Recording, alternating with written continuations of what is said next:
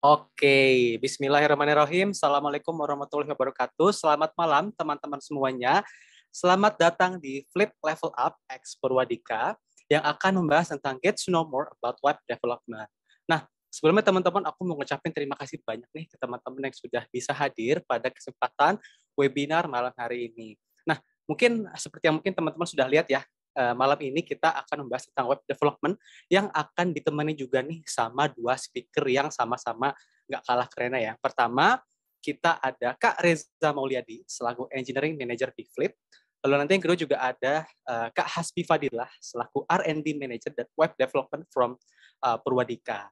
Nah, mungkin teman-teman, aku harap teman-teman juga dalam keadaan yang sehat-sehat semua ya teman-teman, apalagi sekarang juga seperti kita tahu cuaca juga lagi kadang sering hujan, sering panas gitu. So aku harap teman-teman juga in a good condition ya untuk mengikuti acara webinar malam hari ini gitu. Dan mungkin kan ada pepatah ya yang mengatakan mungkin takkan sama kata saya, mungkin aku izin memperkenalkan diriku dulu. Nama aku Rifki.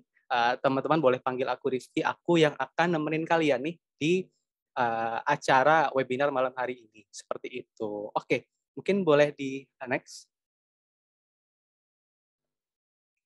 Okay, so once again, welcome to Flip Level Up Web Development Series with Flip dan Purwadika Digital Technology School. Mungkin aku akan menceritakan dulu nih teman-teman, kira-kira Flip Level Up ini apa sih gitu ya. Jadi Flip Level Up ini adalah sebuah webinar series yang di-develop ya oleh tim employer branding Flip ya. Memang tujuannya itu untuk mengimplementasikan salah satu value kita, which kita pengen ngasih fair spotlight opportunity untuk ke teman-teman semua gitu ya, tanpa memandang umur, tanpa memandang juga level gitu ya, untuk bisa upskill their skills and support juga nih supaya mereka juga bisa dapat useful learning.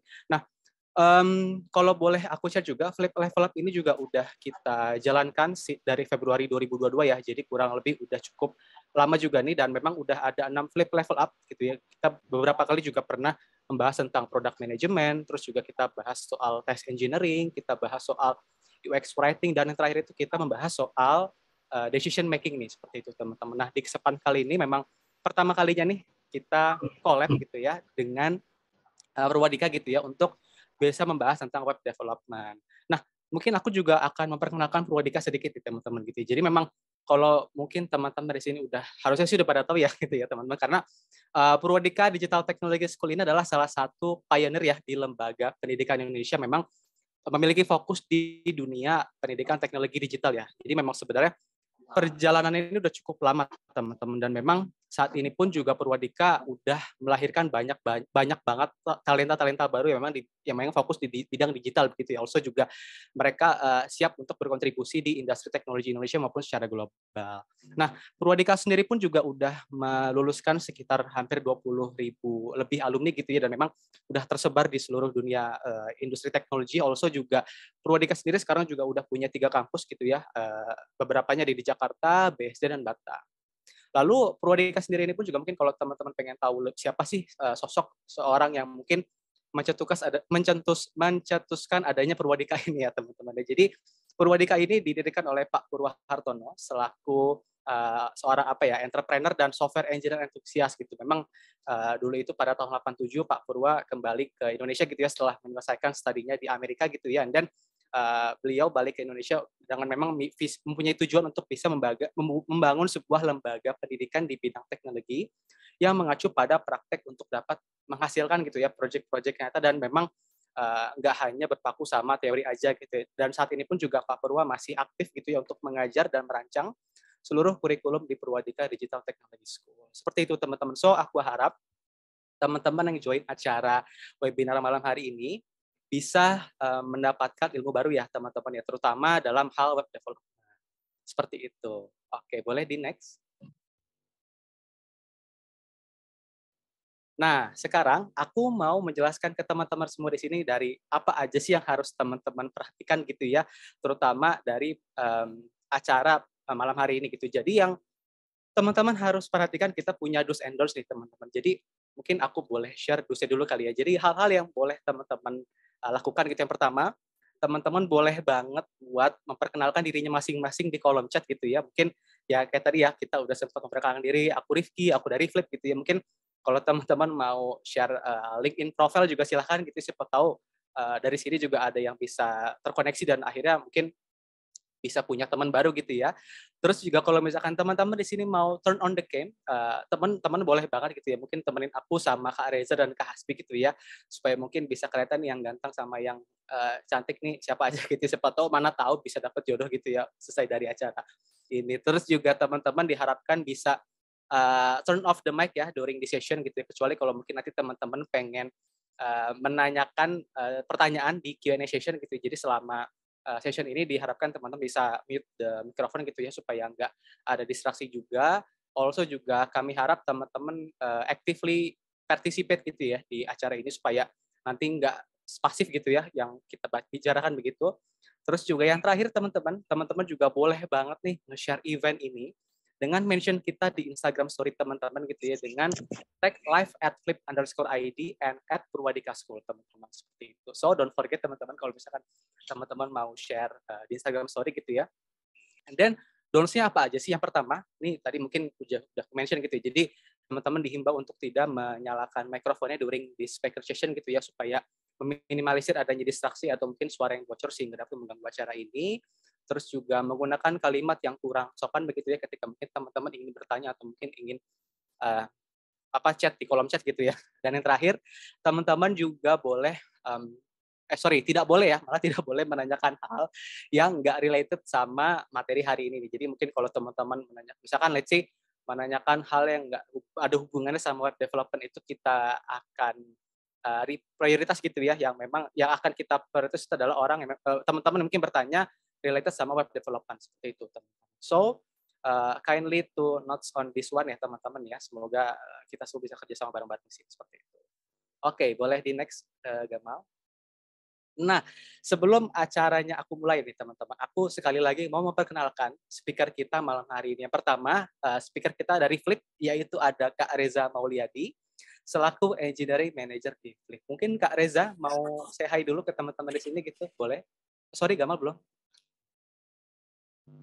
Silakan Kak Reza mau say hi dulu. Halo teman-teman semuanya, salam kenal, aku Eja. Oke, iya Kak Reza ini juga fun fact, dia biasa dipanggilnya Kak Eja ya. Jadi mungkin kalau teman-teman memanggil Kak Eja pun juga silakan. Jadi mungkin aku akan share sedikit ya soal profilnya Kak Reza atau Kak Eja ya. Jadi Kak Reza ini mengawali karirnya itu sebagai front end developer di Bukalapak gitu ya, dari mulai bulan Juli 2017 sampai November 2019, jadi kurang lebih sekitar 2 tahun di Bukalapak. Setelah kerja di Bukalapak, Kak Reza memutuskan untuk pindah ke Flip ya, yang memang waktu itu Kak Reza menjadi lead front end developer selama kurang lebih 2 tahun gitu ya, 1,5 sampai 2 tahun. Lalu setelah menjadi front end developer lead, Kak Reza mendapat kesempatan untuk menjadi engineering lead gitu ya. Lalu setelah 3 bulan memegang responsibility sebagai engineering lead, Kak Reza saat ini gitu ya memiliki responsible untuk menjadi seorang engineering manager di Flip. Jadi kurang lebih bisa aku bilang pengalaman Kak Reza di bidang web development atau mungkin di bidang software engineer gitu ya, udah sekitar kurang lebih 5 tahun gitu ya Kak. Jadi pengalamannya pun juga nggak main-main gitu ya teman-teman. So sekali lagi meet Kak Reza as our one of speaker tonight. Also boleh di next Gamal. Oke, nah satu lagi aku mau kenalin nih speaker keren yang nggak kalah keren juga nih dari Purwadika, yaitu ada Kak Hasbi Fadilah selaku R&D Manager Web Development Program dari Purwadika. Mungkin Kak Hasbi mau say hi dulu ke teman-teman di sini, silakan Kak Hasbi. Halo semua, thank you yang udah bisa join. Iya, siap.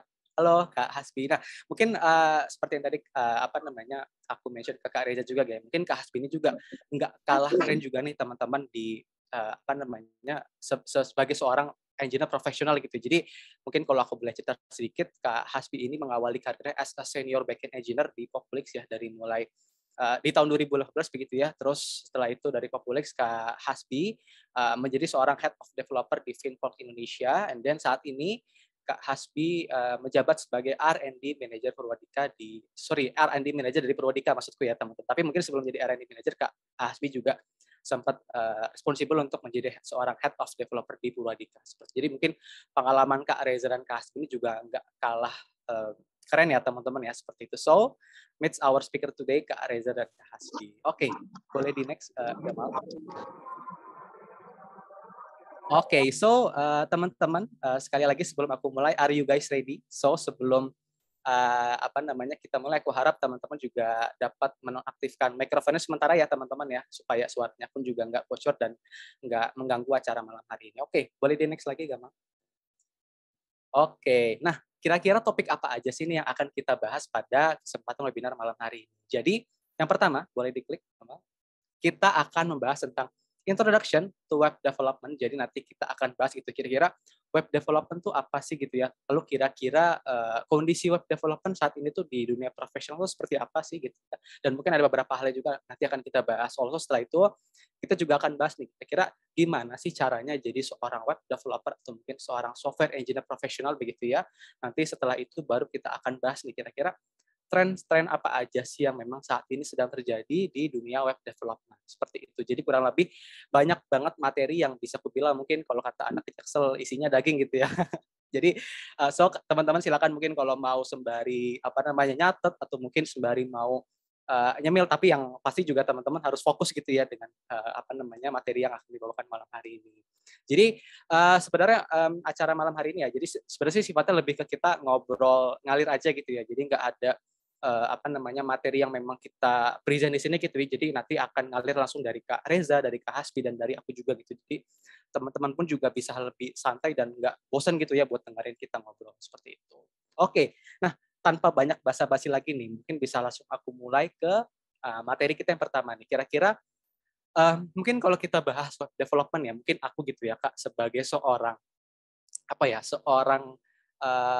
seorang pekerja gitu ya, mungkin memang nggak ada hubungannya sama sekali dengan web development ini kan mungkin bisa dibilang awam banget gitu ya untuk yang ngerti development itu apa, software engineer itu apa gitu. Tapi mungkin kalau menurut web development itu adalah sebuah progres gitu, mungkin sebuah proses di mana kita yang nge-develop sebuah website gitu ya, atau mungkin sebuah aplikasi yang memang akan nanti dipakai sama penggunanya. Tapi mungkin itu menurut point of view gitu ya.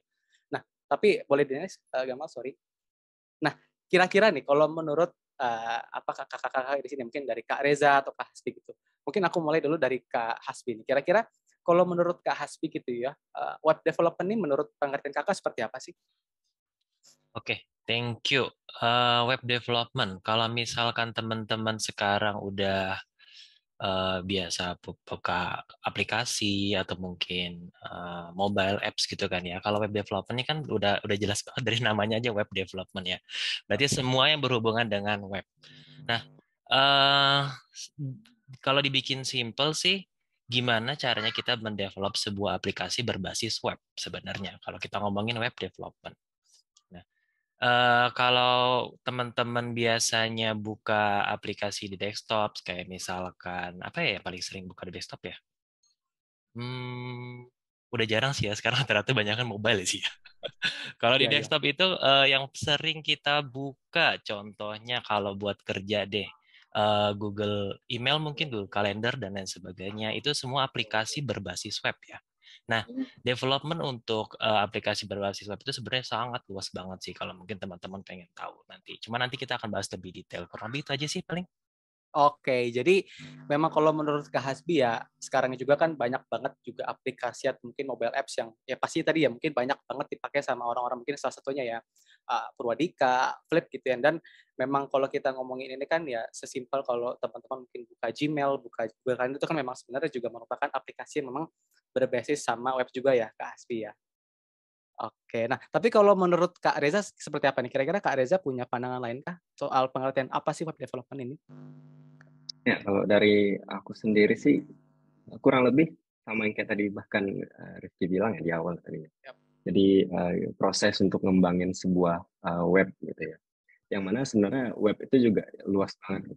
Ada kadang orang yang menyebut website, ada yang juga kadang disebut web applications gitu ya. Yang mana mungkin ya kalau disebut bedanya website itu mungkin sesuatu yang lebih simple, yang mungkin interaksinya nggak terlalu banyak. Di dalamnya ya mungkin banyak info-info ketimbang apa interaksi yang bisa dilakukan. Sedangkan kalau untuk web application sendiri kayak yang tadi disebut Mas Asbi juga, misalnya buka Gmail, misalnya apa lagi ya yang biasa kita pakai. Bahkan sosial media kurang lebih itu bisa disebut juga kayak web application kali ya. karena kan interaksi yang kita bisa lakuin di dalamnya itu banyak banget gitu. Ada fitur-fitur yang di dalamnya itu banyak banget gitu.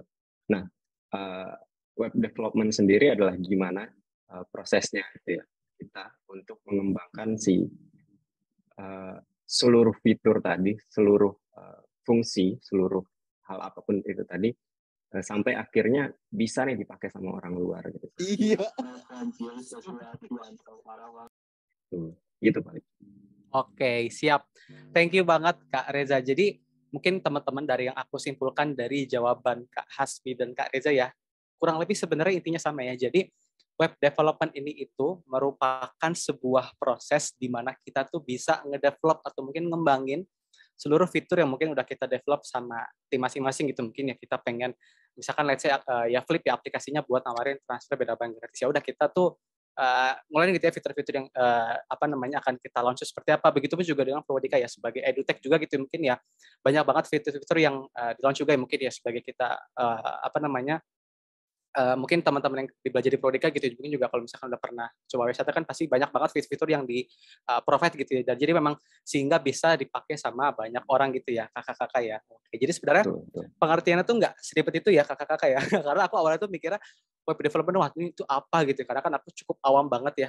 Mungkin nggak related banget lah sama web development ini. Oke, jadi kurang lebih begitu ya teman-teman ya. Kalau mungkin kita ngomongin sedikit soal pengertian web development. Nah, tapi itu baru basic banget nih teman-teman. Boleh di next Gamal?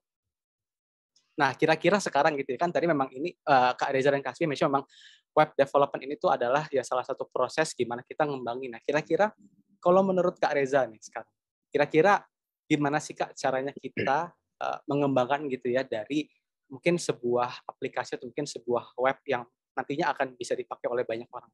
Kak Reza. Ya, kalau prosesnya, nah ini menarik sebenarnya. Prosesnya itu ya bisa dibilang panjang, tapi sebenarnya bisa juga dibikin simple gitu ya. Secara gambaran umum gitu ya, kalau proses dari web development itu pasti terdiri dari beberapa orang gitu ya. Yang mana kalau mungkin kita gitu ya mikir ya web development ya udah cuman bikin code terus udah selesai gitu ya. Tapi sebenarnya di balik itu masih banyak proses lagi. Contohnya sebelum kita bahkan tahu apa yang harus di coding, tapi kan kita juga harus tahu apa sih yang sebenarnya pengen kita selesaikan gitu ya. Maksudnya, misalnya kita mau membuat aplikasi sosial media misalnya kayak gitu. Nah, sebelum kita beneran terjun ngoding, berarti proses pertama adalah kita cari tahu dulu sosial medianya sebenarnya kita mau fiturnya apa aja sih gitu. Aplikasi yang mau kita bikin tuh fitur apa aja gitu. Nah, habis itu baru kita planning. Kita rencanain, oh ini harusnya ditaruh di sini, ini nanti pengerjaannya bakal seperti ini dan seterusnya. Nah, tahap selanjutnya itu baru proses biasanya desain. Desain ini maksudnya adalah kita sebelum beneran terjun ngoding gitu ya, tahu dulu bentuknya seperti apa gitu ya, gambarannya seperti apa. Nah, baru dari situ kita mulai ngoding. Nah, untuk bahas coding mungkin nanti kita bahas lebih banyak lagi next setelah ini maksudnya. Terus baru pasti ada proses testing, baru testing ini untuk mastiin ya fiturnya beneran benar, apa yang tadi sesuai dengan desain apa enggak gitu. Terus kita pasti baru proses namanya proses deployment, yaitu proses beneran dari yang code tadi yang ada di kita doang akhirnya itu bisa disebarluaskan dan orang-orang bisa pakai gitu. Dan yang terakhir pasti prosesnya ya maintenance gitu. Jadi kalau contohnya tadi sosial media gitu ya, berarti kan kita nggak mau sosial media itu berhenti di satu titik gitu. Pasti kan kita pengen terus menerus gitu ya. Nah, berarti kita harus terus menerus juga maintain itu gitu. Kalau memang ada sesuatu yang harus diimprove ya berarti kita harus improve. Kalau ada yang harus ditambahin berarti harus ditambahin. Itu gambaran besarnya sih dari proses web development gitu sih. Oke, wow. Jadi ternyata memang sebenarnya gitu ya, ngoding itu atau mungkin ya nge-prepare sebuah web atau mungkin aplikasi yang akan di-launch tuh nggak sesimpel yang kita bayangin gitu ya Kak Reza. Jadi emang ya Betul. tadi ya banyak banget harus di-prepare dari mulai ya konsepnya seperti apa, terus kira-kira fitur-fiturnya apa aja, terus mungkin ya nanti desainingnya seperti apa aplikasinya gitu ya, terus mungkin nanti Betul. kita ada proses testing juga ke internal, terus mungkin baru nanti bisa kita deploy and then maintenance. Tapi kalau dari Kak Hasbi sendiri gitu, mungkin selama beberapa waktu terakhir ini gitu ya, atau mungkin di pengalaman-pengalaman sebelumnya handle atau mungkin nge-develop sebuah aplikasi atau web, kira-kira progresnya apakah kurang lebih sama atau menurut Kak Hasbi ada pendapat lain nih Kak Hasbi? Oke, yang dari Mas Reza tuh benar-benar udah lengkap sih. Udah selesai semua dari awal sampai akhirnya. Oke, cuman saya mau coba tanya dulu ke yang hadir di sini. Ada yang pernah udah develop sebuah web mungkin? Boleh pakai ini ya, reaction ya. Boleh Coba resign reaction mungkin. ya. Coba Siapa tuh dilihat udah ada nih. yang pernah? Oh, udah ada tuh Oke. Mas. Oke. Namanya Mas siapa tuh? Sorry, ada dari Mas Sahrial dulu. Mungkin Mas Sahrial boleh mic-nya Mas Sahrial mungkin menceritakan pengalamannya nih kira-kira waktu itu saat nge-prepare sebuah aplikasi atau web seperti apa. Silakan Mas Sahrial. Ya, halo Mas. Selamat malam semuanya, Mas. Ya, mungkin Malam. kalau dari pribadi, Mas, dari proses pengembangan web, kita lihat dulu sih apa-apa aja yang mau dikerjain atau fitur yang mau buat itu dalam sebuah website-nya. Contohnya kita membuat untuk fitur login atau register. Dan di dalam dua fitur itu apa aja itu field yang mau ditentuin gitu. Dan udah dapet itu, mulailah kita memulai dengan desain database-nya. Kemudian membuat flow-nya gitu mau gimana, dan lanjut ke coding sih Mas kalau dari saya. Mungkin itu aja Mas. Oke, Dan siap. mungkin banyak lagi sih stepnya gitu Mas, dan secara simpelnya itu sih. Oke, siap. Thank you so much for sharing Mas Sahrial. By the way, kalau boleh tahu aplikasinya apa Mas Sahrial? Apakah memang berbasic di sebuah industri, sebuah bidang itu atau gimana Mas?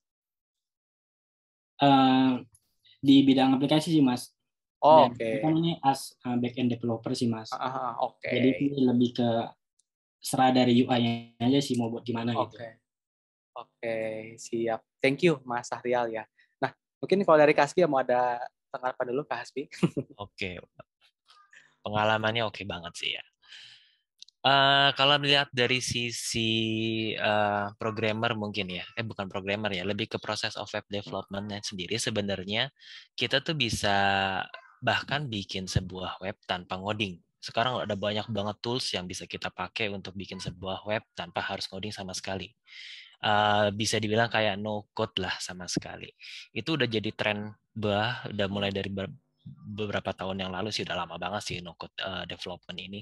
Jadi kalau ditanya proses of web development itu sendiri ternyata bisa jadi tanpa ngoding sama sekali.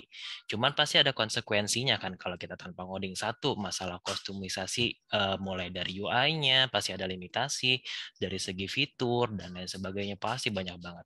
Makanya kalau dibilang bisa nggak sih kita bikin sebuah website? Bisa, pakai apa aja toolsnya, macam-macam. Bisa tanpa coding, bisa kita cuma yang drag and drop doang, atau mungkin minimal coding. Kalau mungkin teman-teman bisa pernah pakai kayak yang ada sedikit logiknya, tapi bisa drag and drop. Ada juga yang khusus kayak gitu kan. Atau mungkin paling terkenal deh WordPress. Ya, WordPress kan siapa yang pernah pakai kan hampir banyak lah yang pernah pakai. Bisa kita customize, bisa banyak banget. Jadi kalau kita ngomongin proses of web development, selain yang tadi dijelasin sama Mas Reza itu, ternyata ada juga loh cara-cara lainnya gitu sih. Jadi kita coba buka, jangan terlalu persempit di cuman development aja. Itu sih paling. Oke. Siap. Thank you so much Kasbi. Aku malah baru tahu loh. Jadi memang sebenarnya aplikasi itu bisa di-develop tanpa adanya proses coding ya Kasbi, tapi mungkin resikonya tadi banyak banget ya Kasbi ya. Iya sih, lebih customisasi sih. Jadi nggak Oke. custom banget sih jadinya. Oke. Template lah. Oke. Jadi nggak bisa dibilang nggak perfectly launch gitu ya. Nanti kalau misalkan mungkin aplikasinya atau mungkin webnya udah mau di-launch ke pengguna gitu ya Kak Hasbi. Ya. Oke, siap. Thank you so much Kak Hasbi dan Kak Reza. Tapi by the way kalau boleh aku kepo nih, mungkin dari Kak Reza sekarang. Kak Reza sendiri gitu ya, kira-kira selama mungkin 5 tahun gitu ya, mendalami atau mungkin berkarir sebagai seorang engineering profesional, kira-kira bahasa, terus mungkin programming language yang menurut Kak Reza paling favorit itu apa sih dan kenapa Kak Reza pilih itu? Kalau aku programming language yang paling favorit JavaScript pasti ya. Oke. Iya, kenapa pilih itu karena sebenarnya mulai ngoding di dunia profesional dari tahun 2016 sih sebenarnya. Dan itu ya mulai dari front end. Jadi karena memang front end engineer lebih banyak berkecimpung di JavaScript dan sejenisnya, jadi sampai sekarang memilih bahasa itu gitu. Oke, jadi yang memang so far Kak Reza memang apa ya menjadi favorit sampai sekarang tuh JavaScript. Ya, kenapa Kak Reza pilihnya JavaScript? Apakah memang itu yang paling simpel atau mudah dimengerti atau ada hal lain nih Kak Reza? Awalnya karena memang itu keharusan gitu. Oke. Karena memang jadi front end developer, jadi pasti harus ngerti JavaScript kalau front end developer itu. Emang udah satu hal yang kayak ini harus banget nih gitu. Salah satu bahasa yang harus ngerti adalah JavaScript. Dan untungnya semakin sekarang ini JavaScript semakin ngetren ya, jadi semakin banyak gitu kegunaan. Kalau dulu JavaScript cuma bisa dipakai di browser doang gitu, tapi sekarang karena teknologi yang udah keren banget, JavaScript bisa dipakai di hampir di semua tempat gitu. Bahkan untuk IoT juga bisa dipakai JavaScript. Oh, oke, siap. Thank you banget Kak Reza. Jadi memang ya sekarang JavaScript jadi ya lagi ya masih menjadi salah satu favorit apa namanya bahasa programming yang memang sering dipakai gitu. Tapi kalau dari Kak Hasbi sendiri kira-kira apakah sama nih apa namanya dengan Kak Reza gitu ya, lebih suka JavaScript daripada apa namanya programming language lain atau gimana Kak Hasbi? Kebetulan banget kita satu aliran. Satu aliran ya jadi ya JavaScript. Kita satu aliran sama pengguna JavaScript. Cuman nggak menutup kemungkinan sih. Jadi jangan pernah kita belajar sebuah programming language cuma satu, lebih ke gimana kita belajar konsepnya dari sebuah programming language. Programming language itu cuma sekedar bahasa aja kok. Jadi kalau kita sebenarnya mau untuk belajar bahasa lain itu sangat gampang kalau kita udah bisa dan mengerti programming fundamentalnya. Nah, kebetulan juga di Purwadika memang dipelajarinya JavaScript sih. Salah satunya alasannya juga karena memang opportunity-nya untuk bisa keterima kerja lebih besar juga sih.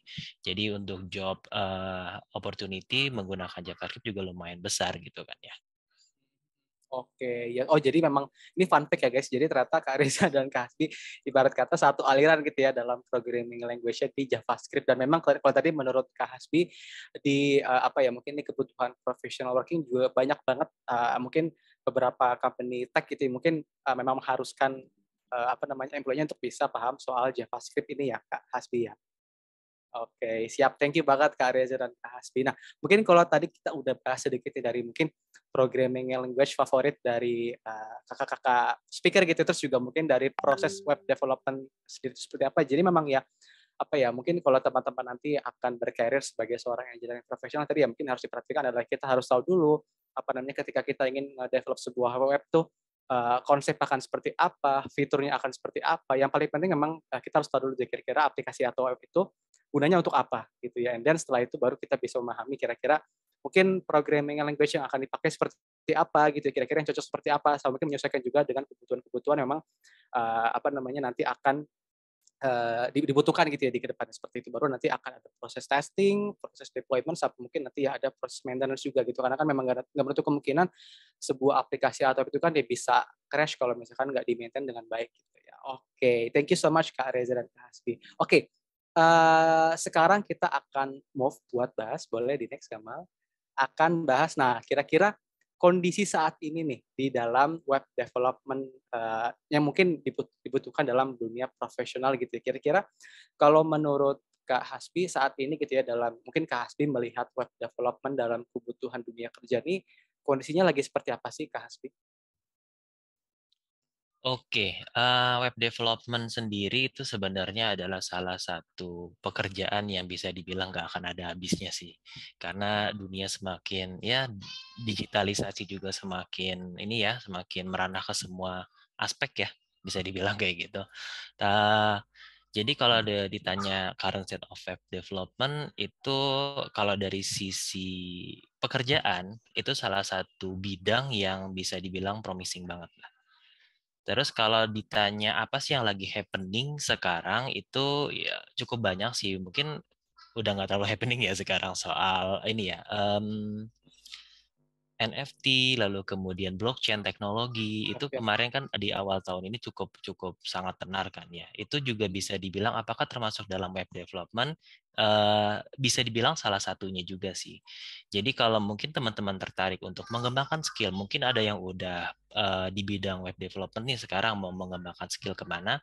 Salah satunya yang udah dibilang sangat menarik di tahun ini adalah soal blockchain teknologi. Yang implementasinya bukan ke NFT doang ya, itu kan salah satunya doang. Ada banyak banget implementasi dari si blockchain teknologi ini.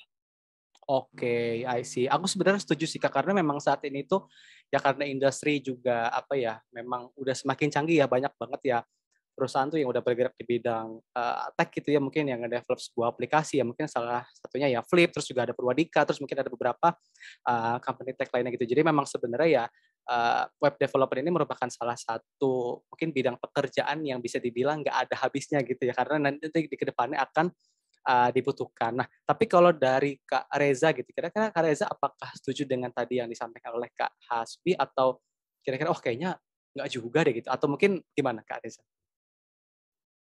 Ya, kalau dari aku ya setuju sih. Itu tadi yang disebutin Mas Hasbi juga out of the box ya. Tadi aku bahkan nggak kepikiran tentang itu. Kalau yang tadinya aku kepikiran tentang current state of web development itu justru di saat ini tuh apa ya tentang perubahan yang terjadi di cara kita untuk mendevelop sebuah website atau web application itu udah berubah jauh gitu, dari yang dulu gitu ya. So, kalau mungkin bicara dari segi teknologinya, kalau dulu mungkin kita masih tanpa framework, mungkin bagi teman-teman yang sudah mengenal apa itu framework gitu ya, masih bahasanya mungkin 1-2 gitu ya, atau ya paling 1-2-3 gitu ya, cuma 3 bahasa yang digunakan untuk mengembangkan sebuah web application. Tapi sekarang bisa lebih dari itu gitu. Framework yang dipakai juga nggak cuma satu gitu ya. Ada yang mungkin teman-teman tahu kan sekarang ada backend side dan front end side yang gitu, yang mana keduanya itu bahkan sekarang udah bisa beda framework gitu. Dan itu juga jadi bisa beda orang gitu ya. Jadi kalau dulu mungkin satu orang untuk membangun seluruhnya, tapi sekarang udah lebih terpisah lagi dan masing-masingnya bisa lebih deep lagi gitu ya.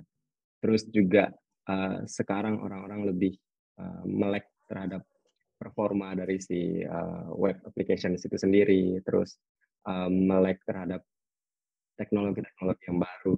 Jadi nggak sekedar ngembangin terus jadi terus selesai udah gitu. Tapi banyak teknologi yang bisa digunakan untuk bikin ya web application itu jadi lebih canggih gitu, dan development itu jadi lebih cepat gitu, dan jadi lebih keren gitu sih sebenarnya. Oke, siap. Thank you banget Kak Reza. Jadi memang ya sekarang pun juga apa ya, bisa dibilang memang framework-nya pun juga cukup banyak Kak. Jadi memang selain ya mungkin teman-teman juga pastinya tahu gitu ya. Sekarang juga selain ya apa namanya, mungkin software engineer kan tuh banyak banget ya, ada yang kerja di back end, ada di front end, terus juga ada yang mungkin jadi QA gitu ya, di testing juga gitu, dan mungkin ada beberapa stream apa namanya apa ya, mungkin yang memang bisa nge-develop masing-masing kebutuhan gitu ya, seperti itu. Nah, menarik banget nih pembahasan kita nih teman-teman, karena memang apa ya, balik lagi ya, mungkin tadi bisa aku simpulkan dari jawabannya Kak Hasbi dan Kak Reza, memang ya sekarang ini aku kan mungkin sekarang apa ya, mungkin juga orang yang mungkin bisa bilang related juga gitu ya, mungkin untuk mencari tahu juga gitu ya market apa namanya, engineering itu seperti apa gitu, dan yang memang bisa aku sampaikan juga ya setuju dengan tadi Kak Hasbi sampaikan. Jadi memang market engineering ini pun juga kayaknya di kedepannya gitu ya memang masih akan terus dibutuhkan gitu ya, sama mungkin beberapa company pastinya akan nanti membutuhkan web atau mungkin aplikasi begitu. Wow, thank you banget Kak Reza dan Kak Hasbi. Oke, untuk next ya kita akan bahas mengenai, nah sekarang mungkin yang teman-teman penasaran gitu ya, kira-kira gimana sih caranya kita menjadi seorang web development professional or seorang software engineer professional gitu ya. Nah, mungkin boleh next Gamal. Nah, yang pertama nih, kira-kira aku pengen bahas dulu nih ke Kak Reza dan Kak Hasbi. Mungkin kalau menurut, sorry, tapi mungkin sebelum aku tanyakan ke Kak Reza dan Kak Hasbi, aku pengen tanya dulu nih, kira-kira teman-teman di sini ada yang mau bantu aku jawab, kira-kira yang teman-teman ketahui software engineer ini apa sih gitu? Siapa sih dia? Ada yang mau on mic ya teman-teman buat jawab. Boleh Resen mungkin?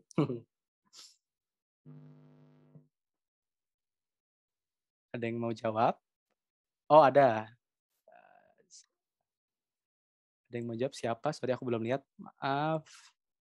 Ada siapa ya? Maaf ini boleh dibantu mungkin teman-teman. Namanya Oh, ini ada Kak Sarial, Kak. Mas Arya, Kak Sarial ya. Oke, halo Mas Arya. Mungkin silakan Mas Arya mau jawab. Halo Kak. Yap.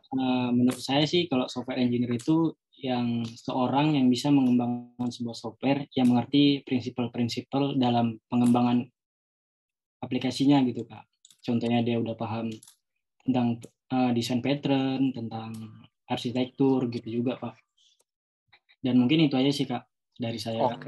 Oke, siap. Thank you for sharing Mas Ariel. Oke, nah mungkin untuk nextnya mungkin aku mau tahu dulu nih kira-kira kalau menurut pendapat Kak Hasbi gitu ya tentang software engineer itu seperti apa sih Kak Hasbi? Oke, mirip sebenarnya apa yang disampaikan dari Mas Syahril tadi sih. Software engineer dari namanya aja udah self-explanatory ya, software engineer. Berarti kan memang orang yang benar-benar bisa membangun sebuah software. Nah, kalau ditanya apakah web developer itu seorang software engineer, betul. Itu seorang web developer itu adalah seorang software engineer juga. Tapi software engineer itu kayak lebih luas lagi sih sebenarnya. Kalau kita ngomong web developer, berarti kan spesifik ke web. Kalau kita ngomongin mobile developer, spesifik ke mobile. Jadi kalau software engineer itu lebih ke ini sih, istilah yang bisa kita kasih ke seorang yang memang berhubungan sama software development sih kalau saya bilang. Jadi nggak terikat banget sama dia harus ngedevelop dari awal sampai akhir semua bidang dia tahu. Jadi role apapun yang sekarang teman-teman punya yang di bidang engineer, terutama software engineering, mau itu front end developer, back end developer, DevOps dan lain sebagainya, itu kalau saya bilang itu adalah seorang software engineer sih. Oke, I see. Jadi memang sebenarnya software engineer tuh nggak hanya apa ya dipakai misalkan let's say aku sebagai back end, mungkin Kak Hasbi sebagai front end, mungkin Kak Reza sebagai test engineer itu kan mungkin hanya ke spesifik, tapi mungkin memang software engineer itu banyak banget cakupannya ya Kak ya. Jadi nggak hanya dipakai buat spesifik satu stream gitu. Nah, tapi kalau menurut Kak Reza gimana nih Kak tentang software engineer ini? Apakah Kak Reza punya pendapat lain Kak atau gimana Kak? Ya benar sih yang dibilang Sasbi ya. Kayak ini nanti pertanyaan-pertanyaan lainnya juga aku akan setuju terus sih sepertinya. Tapi ya software engineer benar sih. Jadi cakupannya memang luas ya. Dia orang yang ya berkecimpung di dunia software engineering gitu, gimana mengembangkan sebuah software. Yang mana software itu kan yang nggak hanya dari segi aplikasi yang di web, tapi ya juga ada aplikasi yang di handphone, aplikasi yang di desktop, yang di komputer gitu misalnya, itu juga seorang software engineer. Oke, Gitu I sih. see. Oke, jadi kurang lebih Kak Reza dan Kak Hasbi ini mempunyai pandangan yang sama ya terkait siapa sih seorang software engineer ini. Nah, oke, mungkin menarik banget teman-teman untuk kita membahas topik yang lain ya teman-teman. Kira-kira ready next, Gamal. Untuk yang kedua di dalam Become a Web Developer ini kita pengen bahasnya ini sebenarnya related ya. Kalau tadi mungkin kita bahas siapa sih seorang software engineer, mungkin sekarang kira-kira gimana sih kita menjadi seorang web developer atau mungkin sebagai seorang software engineer profesional. Kira-kira kalau dari Kak Reza gitu ya, mungkin selama kurang lebih 5 tahun gitu ya, kira-kira menurut Kakak, how to become this one? How to become one, terjun langsung sih. Enggak ada. Apa ya? Yang pasti tahu dulu sih cara untuk mengembangkan sebuah ya software itu gimana ya. Kalau kita bicara dalam segi web development berarti ya tahu caranya untuk mengembangkan sebuah website atau web application gitu ya.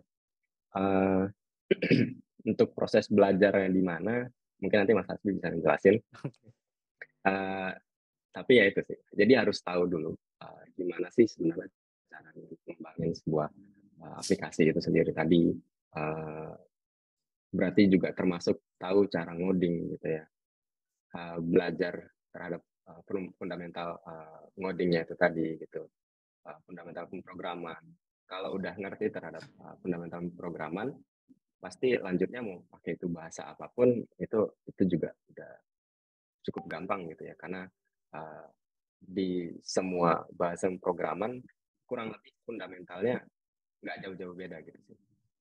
Ya, oke, I Uh, see. Jadi silakan Kak, gimana? Sorry. iya ya. Dan untuk gimana caranya jadi software engineer, yang langsung mencoba ngoding gitu sih. Dan ya untuk tempat belajar banyak banget ya untuk belajar gitu. Mau belajar otodidak juga pastinya bisa. Ada juga mungkin orang-orang yang emang dari kuliah yang sudah belajar. Tapi kalau emang nggak dari kuliah, itu tadi, entah itu otodidak, entah itu belajar sendiri di banyak referensi di luar sana. Atau nanti sesuatu yang dijelasin sama Mas Hasbi. Oke, siap. Thank you so much Kak Reza. Nah, mungkin sebelum aku simpulkan, aku pengen tanya dulu nih, kira-kira kalau pendapat Kak Hasbi gitu ya terkait how to become a software engineer, atau mungkin menjadi seorang web developer profesional itu seperti apa sih Kak Hasbi? Oke, gimana caranya jadi seorang software engineer? Yang pasti adalah belajar. Oke. Dan yang paling penting itu sebenarnya kemauan untuk belajar sih. Jadi banyak banget sih satu orang yang memang pas di tengah jalan itu ngerasa di bidang software engineer itu berat. Kalau ditanya berat apa enggak, pasti berat. Semua pekerjaan sebenarnya juga berat sih. Ya, Yap. nggak ada pekerjaan yang enteng kan ya, kecuali ke jalan-jalan doang. Nah, yang pertama tadi kan soal belajar kan ya. Kita memang harus ada kemauan yang besar untuk belajar. Kenapa? Karena salah satunya adalah teknologi juga yang selalu berkembang terus. Jadi mungkin misalkan sekarang saya confident di bidang saya dengan teknologi yang biasa saya pakai, bisa jadi 5-10 tahun ke depan itu udah obsolete, udah nggak berlaku lagi gitu loh. Nah, kalau misalkan saya stop belajar di sini, bisa jadi 10 tahun lagi saya udah nggak laku gitu. Benar kan? Jadi gimana sih caranya kita biar bisa jadi seorang software engineer? Yang pertama pasti adalah kemauan untuk belajar yang tinggi. Kedua adalah masalah adaptasi terhadap tadi berhubungan sama programming language-nya sih tadi. Salah satu hal yang penting kalau mau jadi software engineer adalah masalah logika sih sebenarnya. Kita bisa jadi seorang software engineer yang hebat atau bagus itu berdasarkan bisa dibilang kalau kita punya logika yang kuat. Programming language apapun itu bisa dibilang kayak nggak terlalu ngaruh apabila kita bisa adaptasi terhadap programming language tersebut. Kita misalkan, oh saya sekarang pakainya JavaScript, bisa jadi 10 tahun ke depan ada programming language yang baru yang lebih powerful dan lain sebagainya. Mau nggak mau saya harus bisa adaptasi dan belajar. Itu sih paling. Oke, siap. Oke, jadi memang sebenarnya yang bisa aku simpulkan dari yang Kak Reza dan Kak Hasbi sampaikan ini adalah ya pertama-tama itu sesimpel kita mau belajar dulu gitu ya. Ya kalau kita nggak belajar kan ya gimana buat caranya kita tahu gitu ya kira-kira apa sih yang harus dipelajarin gitu ya. Dan mungkin aku juga tadi setuju banget yang dengan Kak Hasbi sampaikan. Memang kalau misalkan kita stuck atau mungkin hanya fokus dalam satu, mungkin bisa dibilang programming language atau mungkin dalam bidang satu stream engineer aja gitu ya. Takutnya mungkin dalam 5 sampai 10 tahun ke depan nggak applicable lagi karena kan memang sekarang ya mungkin tadi aku udah mention di awal juga ya mungkin industri teknologi itu berubahnya tuh cukup dinamis dan cukup cepat juga gitu ya. Jadi memang kitanya sendiri juga harus mungkin punya willingness juga maksud aku buat bisa terus ya mengeksplor gitu ya kira-kira tren web development ke depan itu seperti apa sih, terus mungkin kira-kira yang harus dipersiapkan itu apa sih, itu kita harus lihat juga gitu. Nah, dengan gimana ya mungkin banyak banget sekarang ya kakak-kakak ya, mungkin salah satunya ya ada Purwadika ini gitu, karena Purwadika juga kan fokusnya di digital technology school ya. Mungkin kalau misalkan di sini teman-teman ada yang mau mungkin mendalami sebagai seorang web developer profesional atau mungkin software engineer profesional, boleh banget teman-teman mungkin kalau misalkan mau belajar di Purwadika gitu, mungkin ya nanti bisa dapat belajar juga sama Kak Hasbi gitu ya. Gitu. Oke, siap. Untuk next-nya mungkin boleh kita bahas ke topik yang lain nih. Silakan Gamal, boleh di next slide. Nah, yang ketiga nih, mungkin kita semua di sini penasaran gitu. Mungkin tadi di awal itu aku udah mention gitu. Mungkin Kak Reza dulu pengalamannya di mana, pernah kerja di mana aja gitu. Tapi kira-kira kalau story lebih detailnya gitu ya, mungkin related sama software engineer ini. Kalau menurut Kak Reza sendiri, mungkin dari Kak Hasbi dulu deh sekarang. Kak Hasbi sendiri kira-kira kalau cerita kakak gini ya, mungkin dalam dulunya mungkin dari awal belajar sampai sekarang menjadi seorang software engineer profesional ini seperti apa sih Kak story di balik itu? Dulu emang saya berkuliah di bidang IT sih.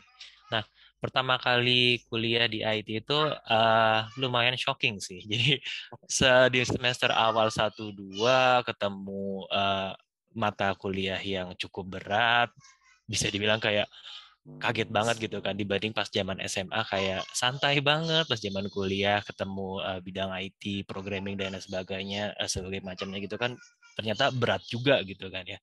Cuman tadi sama poin yang sebelumnya disampaikan juga memang kemauan belajar harus tinggi untuk bisa kita survive di bidang ini juga sih salah satunya. Setelah lulus kuliah coba magang di beberapa tempat, ngambil pengalamannya, kayak contohnya kita bisa mungkin dari pekerjaan remeh-remeh banget kan ya, benerin button geser-geser doang atau mungkin ganti color dan lain sebagainya. Cuman yang bisa kita ambil dari first time kita kerja itu adalah pengalaman dan juga ilmu-ilmu yang bisa kita ambil kayak contohnya dari tech yang diimplementasi di company ini kita bisa pelajarin apa sih, mungkin kita bisa juga koordinasi sama divisi lain kayak contohnya DevOps nih kita ngapain aja sih di situ, kita bisa kepo-kepoin juga tuh di situ. Jadi selain tadi belajar, lalu kemudian pengalaman kerja, mulai dari magang, kemudian udah mulai stable, pindah ke company-company lain, terakhir di Purwadika sekarang sebelumnya kan sebagai head of developer ya. Kemudian dituju sebagai R&D manager sekarang untuk membantu kurikulum Purwadika untuk semakin jadi lebih terdepan lah. Kurang lebih itu sih balik. Oke, siap. Jadi dulu sebenarnya Kak Hasbi juga kuliah di IT juga ya Kak Hasbi ya? Betul. Oke, dan tapi kalau boleh tahu nih Kak Hasbi, kira-kira yang membuat Kak Hasbi tertarik buat kuliah di IT, and then yaudah deh kayaknya aku punya planning buat berkarir sebagai software engineer professional. Karena kan memang sekarang juga nggak menutup kemungkinan kalau misalkan let's say aku kuliah, misalkan let's say di hukum gitu ya, terus aku mungkin kerjanya sebagai orang yang related ke marketing gitu, jadi mungkin bisa bilang cross function. Tapi kayaknya kalau Kak Hasbi sendiri, kenapa ya memutuskan untuk udah deh kayaknya udah harus makin terjun gitu ya di dunia engineering ini? Satu yang paling saya suka dari software engineer atau mungkin IT atau programming lah namanya, adalah kita bisa bikin sesuatu dari nol. Jadi kita bisa create something new, atau entah itu terobosan baru atau mungkin ide-ide baru melalui bidang ini tuh kita possible untuk melakukan itu semua sih. Dan nggak limit cakupannya kayak ke web development doang. Tadi udah teknologi kan udah makin berkembang ya, kayak AI, robotik dan lain sebagainya itu juga possible banget dengan basic yang dari si programming ini sih. Jadi alasannya itu sih karena sekarang saya berpikir bisa menciptakan sesuatu. Oke. Jadi memang yang membuat Kak Hasbi tertarik ini karena memang ya kita bisa dapat responsibility buat ngedevelop sesuatu dari nol sampai jadi gitu ya Kak Hasbi ya. Oke, wow, nice answer. Thank you so much Kak Hasbi. Nah, tapi kalau menurut Kak Reza nih sekarang, kira-kira yang membuat Kak Reza gitu ya dulu mungkin sempat mengawali karir sebagai seorang engineer nih, gimana sih Kak ceritanya? Ya, kalau aku juga sama sih sebenarnya. Jadi dulu emang berawal dari kuliah, jadi kuliahnya emang di IT juga. Setelah kuliah, ya emang dari sejak kuliah sebenarnya. Jadi tertarik ke sisi web development gitu ya. Jadi lebih tertarik ke sisi front end-nya gitu sekarang gitu. Jadi ngembangin yang sisi tampilannya gitu, yang mana mungkin kalau dari sisi front end bahasan programan yang paling banyak dipakai itu JavaScript, HTML, terus CSS gitu ya. Nah, dulu mulai dari tahun 2016 itu ada di startup kecil gitu, terus ya mungkin belum secanggih sekarang teknologi front end yang dulu gitu ya, karena masih coba-coba juga kan dulu. Terus itu berlanjut di tahun berikutnya masuk ke company yang lebih besar lah ya, kurang lebih. Baru di situ belajar banyak hal baru, banyak banget gitu ya, karena di situ juga banyak orang-orang yang lebih canggih otaknya gitu ya daripada aku gitu ya, yang bisa diajak untuk diskusi, yang bisa serap ilmunya gitu sih. Nah, dan akhirnya nge-boost banget di situ. Jadi cukup bisa nyerap ilmu di sana itu tuh nge-boost banget untuk karir sendiri gitu. Baru akhirnya masuk ke Flip dan sama masih awalnya juga di sisi front-end engineering. Setiap company pasti punya tantangannya masing-masing gitu ya, dan justru di situ hal serunya gitu ya, gimana kita nge-solve tantangan-tantangan yang itu tadi gitu sih. Bukan berarti size dari company, gimana bilangnya, size dari company bukan berarti merepresentasikan tantangannya kecil gitu ya, justru kerjaan kita itu nge-solve sesuatu dan itu tantangannya selalu besar gitu sih. Jadi banyak pelajaran yang terus diambil gitu sih. Jadi untuk setiap company baru pasti banyak tantangan dan banyak pelajaran gitu sih.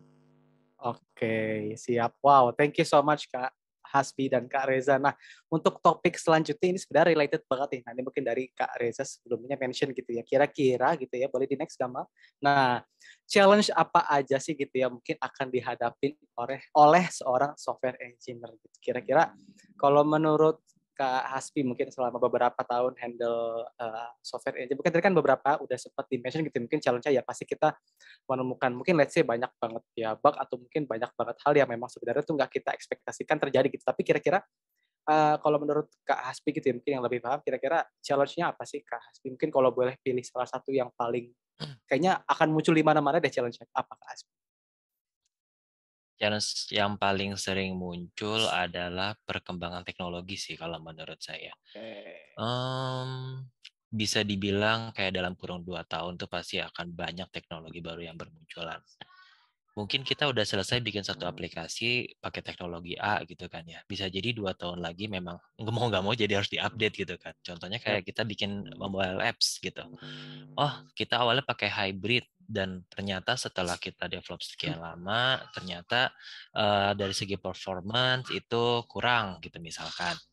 Mau nggak mau harus pindah ke si yang native dan lain sebagainya. Dan di native fiturnya makin berkembang lagi nih, nanti ada challenge apa lagi. Kayak paling mungkin bisa salah satu contohnya adalah face recognition. Dulu kan kita belum ada face recognition kan ya. Kalau untuk kayak password dan lain sebagainya cuma pakai sandi atau mungkin pakai pattern gitu kan ya. Sekarang hampir semua HP model baru selalu pasti nyediain antara pakai fingerprint atau mungkin face recognition. Itu kan jadi salah satu perkembangan teknologi yang mau nggak mau apa yang kita buat sebelumnya itu mau nggak mau harus mengikuti perkembangan teknologi. Kalau nggak kita akan ketinggalan gitu sih. Challenge paling besarnya itu sih kalau menurut saya. Oke, jadi lebih ke menghadapi ya memang perkembangan teknologi yang cukup dinamis dan cukup cepat juga ya Kak Hasbi. Betul. Oke, nah kalau dari Kak Reza, tadi kan mungkin Kak Reza juga sempat mention ada beberapa tantangan gitu ya. Kalau menurut Kak Reza, tantangan paling besarnya apa Kak Reza? Ya, kalau tantangan besar benar ya yang dibilang Mas Hasbi gitu ya. Kalau kita nggak terus belajar, nah itu tuh ketinggalannya bisa cepet banget ketinggalan gitu sih. Gitu karena bahkan bahasa programan ataupun misalnya framework atau teknologi yang kita pakai itu kan selalu berkembang, versinya terus bertambah gitu. Nah, kalau kita nggak belajar dan nggak terus ngikutin dengan itu, ya itu bisa ketinggalan gitu. Itu apa ya, challenge besar gitu ya. Tapi ada juga yang challenge sehari-hari sebenarnya gitu ya, yang kadang tuh kita temuin gitu ya. Contohnya challenge sehari-hari itu kayak ya stuck aja gitu, udah ngoding terus ada suatu problem yang pengen kita solve tapi kita kena error lagi, terus ada udah ngoding ini tapi ternyata hasilnya nggak sesuai gitu, atau bahkan kita sama sekali nggak tahu harus mulai dari mana gitu ya. Nah biasanya aku itu juga sering banget sih untuk ngalamin hal-hal kayak gitu, dan teman setia gitu adalah Mbah Google gitu ya. Jadi kalau memang kita udah stuck gitu atau ada error, itu biasanya yang dilakuin pasti ya udah googling sesuatu karena itu adalah cara yang cukup powerful. Dan justru kemampuan googling itu juga salah satu kemampuan yang harus dimiliki oleh software engineer gitu. Gitu. Benar nggak Mas Asfi? Gitu. Karena ya kemampuan googling itu juga apa ya, suatu hal yang penting banget gitu. Yap. Yap. Oke, jadi sebenarnya challenge-nya pun juga bervariasi ya kakak-kakak ya, mulai mungkin dari ya apa namanya challenge yang memang pasti akan selalu kita hadepin, terus mungkin challenge sehari-harinya gitu ya, dan memang sebenarnya teman setia itu Google tadi Mbah Google tadi kata Kak Reza gitu ya. Oke, Iya, thank you so benar. much Kak Reza dan Kak Hasbi. Nah, kalau sekarang nih kira-kira gitu ya, kan mungkin tadi kita udah bahas mungkin dari story-nya Kak Reza dan Kak Hasbi, terus mungkin juga dari challenge-nya begitu. Tapi kalau mungkin sekarang kalau boleh tahu nih, mungkin boleh di next Bapak, kira-kira gitu ya, core skills needed atau mungkin gimana sih career path dalam dunia software engineering. Mungkin tadi kan salah satu mungkin ya bisa dibilang skills yang dikatakan kerja adalah ya gimana caranya kita bisa googling gitu ya. Tapi mungkin kalau dari sisi apa ya, mungkin dari Kak Reza lagi nih, kira-kira selain yang tadi Kak Reza mention, kira-kira core skill apa aja sih kan yang dibutuhkan, dan menurut Kak Reza sendiri lihat apa ya career path dalam bidang software engineering seperti apa sih nih Kak Reza? Ya, oke. Kalau skill yang dibutuhin, uh, sebenarnya yang pertama niat ya. Uh, Oke. Niat untuk pengen terus belajar, pengen terus tahu gitu ya. Pengen untuk terus apa ya bahasa itu ngulik gitu ya. Jadi ngulik bahasan programan, ngulik teknologi yang baru muncul gitu. Itu tuh salah satu skill yang dibutuhin banget dan sebenarnya juga dicari gitu ya. Mungkin kalau teman-teman daftar ke suatu perusahaan gitu ya, mungkin dia nggak akan nyari yang beneran pinter banget gitu, enggak. Tapi justru nyarinya yang orang yang memang beneran mau belajar dan mau berkembang bareng gitu. Uh, jadi ya pasti skill untuk belajar itu adalah sorry, adalah satu yang cukup penting gitu. Dan yang kedua, yang kita nggak bicara sekedar hard skill gitu ya, tapi juga kita bicara dari segi soft skill gitu.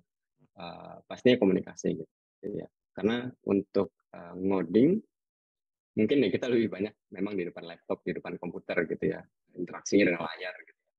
Tapi kan pasti kita akan ada juga interaksi dengan orang lain kalau misalnya kita harus diskusi, kalau kita misalnya harus uh, ngerjain sesuatu kayak gitu pasti ada. Gitu.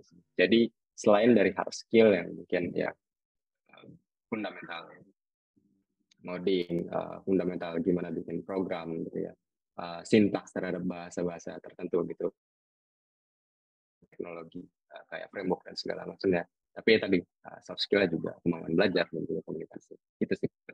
Oke, oke siap. Jadi memang kalau yang aku bisa bilang memang yang paling penting itu adalah ya willingness kita buat terus mau belajar gitu ya, untuk ya kita bisa menyelesaikan programming language yang sekarang lagi banyak pakai itu apa gitu, mungkin atau mungkin sama ya dari sisi komunikasi ya, karena mungkin ya walaupun sebagai seorang software engineer kan tanpa dipungkiri juga ya kerjanya pasti ya depan laptop ya, pasti mungkin temenannya tuh sama ya layar sama mungkin ya sama mouse dan keyboard gitu ya. Tapi mungkin Ya. kalau menurut Kak Hasbi sendiri apakah ada core skills lain atau kira-kira gimana nih Kak Hasbi? Yang dibilang sama Mas Reza itu udah ya bisa dibilang kayak basic skill-nya ya. Jadi kalau ngomongin lebih teknisnya memang benar yang pertama kita harus pelajari itu lebih ke programming fundamentalnya, baru dari situ kita bisa berangkat ke mau pelajarin apa lagi bisa dibilang jauh lebih gampang. Karena basic dari software engineer memang lebih ke programming fundamentalnya, how it works-nya lah bisa dibilang kayak gitu. Kita udah dapat fundamentalnya, ya udah kesannya lah akan lebih gampang. Jadi mungkin kalau ada teman-teman nih yang apakah kira-kira kita bisa nggak sih kalau bukan di bidang IT nanti karir di bidang software engineer? Bisa banget sebenarnya karir shifting. Misalkan, oh saya dulunya akuntan masuk ke bidang Ya. software engineering, itu possible banget. Balik lagi, kemampuan untuk belajar, kemauan untuk belajar juga, dan ditambah dengan mungkin apa yang dipelajarinya juga bagus, itu bisa membantu banget sih untuk bisa karir di dunia digital ini sih bisa dibilang. Dan saya punya ada satu website yang bagus sih kalau menurut saya share di chat Ya. ya. Itu untuk mau lihat roadmap ya sebentar ya. Siap, silakan. Wah, ini dapat satu hacks lagi nih dari Kak Hasbi ya terkait apa Oke, namanya? mungkin kalau yang bingung gitu kan, Nah, roadmap.sh itu bisa ngelihat kita karir path-nya tuh mau gimana sih. Misalkan dari awal kita tertariknya sama front-end development, apa aja yang harus dipelajarin. Kalau misalkan kita tertariknya sama DevOps, apa yang harus dipelajarin. Boleh teman-teman lihat di situ. Oke, wow, thank you so much Kak Hasbi dan Kak Reza. Nah itu teman-teman mungkin juga dapat hacks baru ya dari Kak Hasbi kalau misalkan mungkin teman-teman pengen career shifting atau mungkin pengen tahu juga gitu kira-kira career path sebagai seorang software engineer itu bagaimana sih ya teman-teman. Mungkin salah satu referensinya bisa ngelihat si ini ya link yang mungkin dikasih sama Kak Hasbi di kolom chat. Silakan teman-teman mungkin nanti setelah ini bisa dicek gitu ya. Oke, thank you banget Kak Reza dan Kak Hasbi. Oke, untuk nextnya teman-teman, aku mau bahas nih kira-kira tren apa aja sih yang mungkin sekarang lagi terjadi di web development. Pastinya mungkin yang tadi aku mention di awal, memang kan web development ini bisa aku bilang merupakan salah satu apa ya industri yang berubah cukup cepat gitu ya. Memang karena yang satu tadi ya trennya dinamis banget, terus juga programming language-nya semakin bervariasi gitu ya. Nah, tapi kalau yang pertama kira-kira boleh di next, nggak mau? Oke, kira-kira nih, kalau menurut Kak Hasbi saat ini gitu ya di tahun 2022 ini begitu, kira-kira trends dari web development di dunia profesionalnya seperti apa sih Kak Hasbi? Yang tadi udah disebutin sih, Oke. blockchain salah satu yang paling menarik di tahun ini sih. Terus ada juga kalau ngomongin web development banget itu progressive web app juga semakin ini ya semakin sering dipakai untuk kita bisa bikin website kita tuh kayak jadi aplikasi native di HP kita padahal itu bukan browser doang sebenarnya. Yap. Itu sih dua yang kalau saya lihat paling menarik di tahun ini sih. Oke. Jadi lebih ke bagaimana ya kita juga untuk mempunyai apa ya, mungkin karena sekarang trennya juga lagi banyak banget aplikasi ya. Memang sebenarnya trennya lagi cukup bagus atau gimana nih Kak Hasbi kalau menurut Kak Hasbi? Apakah memang ya bagus tapi mungkin nggak bertahan lama atau gimana Kak? Itu nggak bisa ditentuin sih sebenarnya. Oke. Baik lagi kan teknologi. Bisa jadi happening di tahun depan apa gitu kita juga nggak tahu kan sebenarnya. Jadi kalau ditanya apakah itu bertahan lama atau enggak, ya bisa jadi, bisa enggak. Oke. Oke, yes, karena memang sebenarnya yang nggak bisa kita ini juga ya kayak karena ya tadi ya mungkin Betul. balik lagi ke pembahasan kita di awal, memang kadang ya nggak bisa kita prediksi juga gitu ya trennya seperti apa. Oke, thank you Kak Aspi. Kalau menurut Kak Reza gimana nih? Apakah satu pemahaman dengan yang tadi Kak Aspi jelaskan atau gimana Kak Reza? Ya, paling tambahan dari yang Yes. Mas Hasbi bilang gitu ya. Sebenarnya nggak tren yang beneran happening baru di tahun ini ya. Sebenarnya udah cukup lama. Uh, jadi contoh-contoh gitu ya. Mungkin kalau yang cukup basic yang teman-teman sering dengar kayak microservice gitu ya. Jadi mungkin itu cukup teknikal gitu, tapi uh, itu adalah suatu tren di segi apa ya? Ini kita bilangnya gimana kita mendesain atau menarsitekturkan uh, belakangnya dari web application kita gitu sih. Itu contohnya kalau dari segi back end gitu ya. Kalau dari segi front end kita juga punya ada satu yang baru contohnya itu micro front end. Gitu ya. Mungkin ini terdengar baru gitu ya. Karena memang baru. Gitu. Jadi micro front end ini juga belum banyak diimplementasikan. Baru beberapa perusahaan mungkin yang implementasikan. Dan ya kalau kenapa kita ngebahas apa nih namanya current trends gitu ya dari web development karena ya dengan mengikuti tren yang ada di zaman sekarang gitu. Contohnya aku kasih lagi deh misalnya untuk front end gitu ya. Contoh-contoh framework yang lagi banyak ngetren kayak sekarang React.js, Vue.js, terus ada Svelte gitu ya. Terus ada juga yang sekarang kita mulai beralih perlahan ke server side rendering contohnya dengan Next.js, terus ada Nux.js dan banyak lagi lainnya gitu.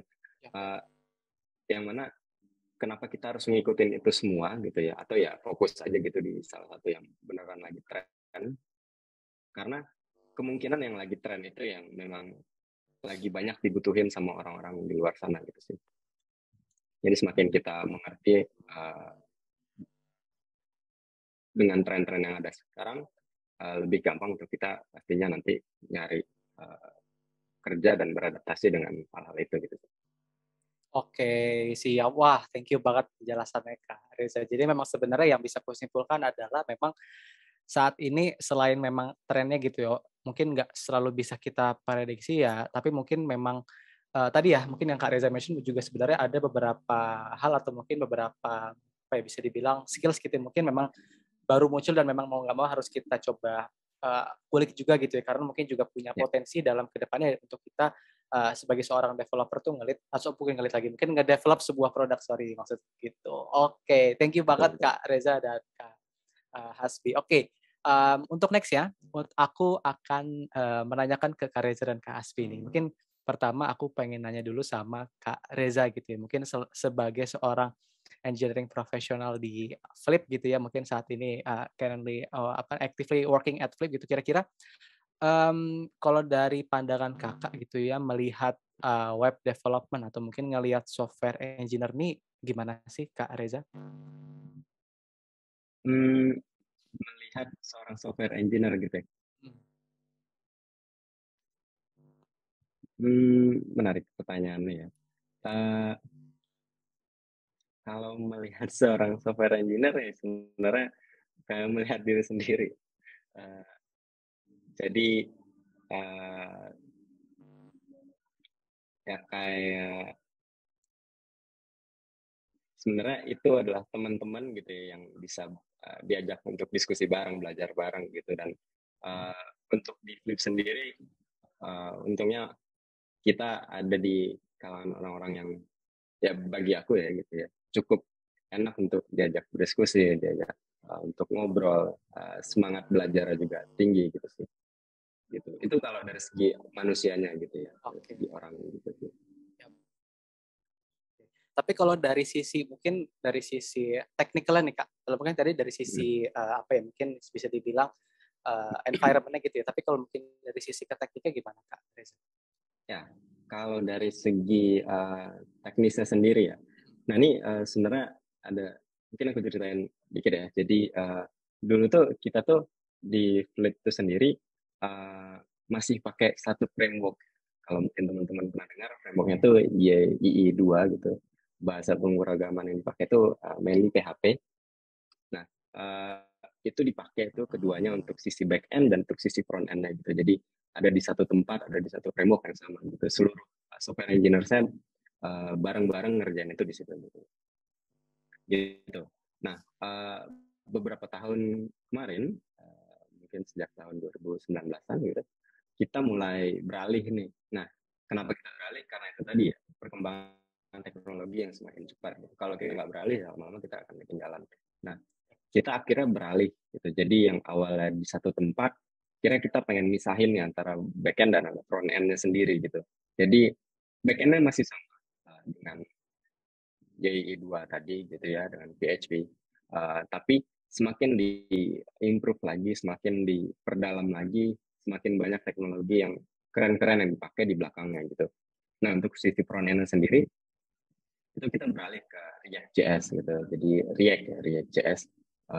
Jadi komunikasi antar keduanya nggak di satu tempat lagi. Akhirnya kita pakai API. Terus semakin berkembang, kita juga mengadopsi Next.js akhirnya. Jadi untuk dari segi front end-nya sudah ada beberapa framework yang kita pakai gitu. Dan juga sama sih sebenarnya dari segi back end kita juga mau mulai balik ke microservice yang tadi sempat aku mention gitu ya. Uh, dan pasti sebenarnya kedepannya banyak lagi sih apa ya kayak perubahan-perubahan gitu karena ya nggak akan ada habisnya gitu sih kalau kita bicara tentang apalagi mau diimprove tuh beneran nggak ada habisnya gitu sih. Oke, siap. Jadi memang dulu awalnya pun sebenarnya dari Flip juga menggunakannya pakai tadi programming language YI2 terus juga PHP gitu ya. Terus itu memang dipakai sama si front end dan back end-nya. Terus juga sekarang juga ada udah Next.js ya berarti tadi Kak Reza gitu ya. Memang dipakai di apa namanya untuk kita ngoding gitu ya Kak Reza ya. Oke, siap. Thank you Kak Reza. Nah, kalau menurut Kak Hasbi gimana nih Kak? Mungkin selama beberapa tahun gitu ya kerja di Purwadika gitu ya sebagai seorang professional developer gitu. Kira-kira how's your views Kak terkait si web development ini? Kalau mungkin bagi orang-orang yang belum berkecimpung di dunia software engineering atau software development ya, web development itu bahkan semua development dianggap sama ya. Jadi kayak web development, mobile developer, mobile development dan lain semuanya kayak ini programmer nih, ini orang IT nih gitu kan ya. Nah, kalau mungkin untuk orang-orang yang udah masuk ke dunia software engineer, web development itu kadang-kadang cuma jadi batu loncatan awal sih sebelum berkarir ke dunia lainnya. Biasanya begitu. Jadi kalau misalkan kita mau karir nih, kadang-kadang orang paling gampang memang untuk belajar development web dulu. Dari sisi kemudahannya bisa dibilang ini jadi salah satu yang gampang sih sebenarnya untuk kita bisa jadi seorang web developer. Terus dari opportunity juga bisa dibilang website itu nggak akan pernah mati sih. Jadi kapanpun pasti akan ada website sih. Walaupun mobile apps itu sangat berkembang ya akhir-akhir ini, website bisa dibilang nggak akan kalah sih sama si mobile apps. Memang kalau dari segi user akan lebih banyak di mobile. Tapi kalau kita ngomongin bisnis, itu nggak mungkin kita pakai mobile apps terus-menerus kan. Jadi web development kalau menurut saya bisa jadi salah satu langkah pertama yang mungkin teman-teman bisa ambil sebelum melangkah menjadi di bidang lainnya. Misalkan setelah dari jadi seorang web developer mau menjadi seorang DevOps dan lain sebagainya itu sangat possible banget sih. Oke, siap. Thank you so much Kak Hasbi for your explanation. Jadi mungkin bisa aku simpulkan teman-teman memang pandangan dari Kak Reza gitu ya selaku Engineering Manager David dan mungkin dari Kak Hasbi juga gitu ya selaku R&D Manager Web Development di Purwadika memang sebenarnya kurang lebih cukup lain ya teman-teman. Jadi memang ya gimana caranya pun kita bisa lagi-lagi ya kita aware sama tren saat ini gitu ya. Terus juga mungkin ya kita juga ada willingness buat bisa terus explore sama apa yang mungkin akan kita kerjakan gitu ya. Dan mungkin tadi ya mungkin Kak Hasbi mention gitu ya memang juga aplikasi yang sekarang juga dipakai di kalangan kita gitu mungkin khususnya di Indonesia kan memang cukup bervariasi gitu mungkin ada dari dari industri mungkin finance terus mungkin dari edutech juga gitu ya sampai Purwadika sama mungkin beberapa industri lain. Jadi memang ya begitu teman-teman kurang lebih pandangan dari Kak Reza dan Kak Hasbi nih terkait web development begitu. Jadi buat teman-teman mungkin di sini yang punya interest gitu ya sama web development, sama software engineer, teman-teman juga mungkin banyak banget sekarang teman-teman mungkin hal-hal yang mungkin teman-teman kayaknya aduh kok aku bingung ya belajar dari mana gitu kan ya salah satunya teman-teman juga bisa belajar dari Mbak Google gitu ya kalau tadi kata Kak Reza terus juga salah satunya dari edutech juga Purwadika gitu. Purwadika juga bisa nge-provide teman-teman gitu ya buat bisa ya belajar gitu ya untuk bisa ya melakukan developing dari sebuah aplikasi itu seperti apa gitu. Oke, boleh di next Gamal. Nah, mungkin nggak kerasa nih teman-teman kita udah hampir mau menuju ke akhir sesi dari acara ini. Nah, kalau boleh tahu gitu mungkin dari sisi Kak Reza dan Kak Hasbi, kira-kira kakak-kakak punya nggak sih tips dalam gimana sih caranya kita nge-build sebuah career gitu ya mungkin dalam sisi engineering, apalagi sekarang udah banyak banget muncul bootcamp yang memang ya pastinya punya reputasi atau mungkin punya output yang bagus ya, satunya Purwadika gitu. Kira-kira kalau menurut Kak Reza seperti apa Kak Reza? Dari aku dulu nih ya berarti. Yes. Kalau menurut aku berarti ya anggaplah misalnya kita sudah selesai gitu ya dari bootcamp misalnya gitu ya. Nah kalau dari sendiri sarannya sih sebenarnya tetap terus latihan gitu sih, karena ya latihan itu cukup penting banget ya. Latihannya pasti yang harus dilatihankan gitu ya. Yang pertama itu terkait logika yang tadi kayak Mas Hasbi bilang gitu ya. Karena ya kita mau belajar logika dari mana lagi kalau nggak latihan gitu ya. Kalau sekedar dengerin orang ngomong itu atau belajar dari buku atau belajar dari video bahkan misalnya gitu, kalau tetap nggak latihan, ya lama-lama akan lupa juga gitu. Dan lama-lama akan ya berkurang gitu sih. Nah, sedangkan untuk memulai karir sebagai software engineer, kemampuan logika itu pasti cukup sangat dibutuhkan gitu. Jadi yang pertama ya itu sih, terus latihan gitu ya, entah itu logikanya, entah latihan-latihan soal atau apa gitu, gitu. Dan pasti banyak banget sih sarana untuk belajar kayak soal-soal kayak gitu. Nah, terus pasti yang kedua menurut aku ya, jadi coba untuk mulai menentukan aja, walaupun mungkin di awal-awal belum terlalu pasti, tapi coba aja mungkin menentukan nanti ke depannya tuh pengen menjadi front end kah, atau mau jadi back end kah, atau bahkan mau lain lagi nih, mau jadi mobile developer kah, atau mau jadi test engineer, atau mau jadi yang lainnya lagi gitu misalnya. Karena jalurnya itu banyak banget, kayak tadi roadmap yang dikasih Mas Asbi, di situ aja tuh cukup banyak listnya gitu kan.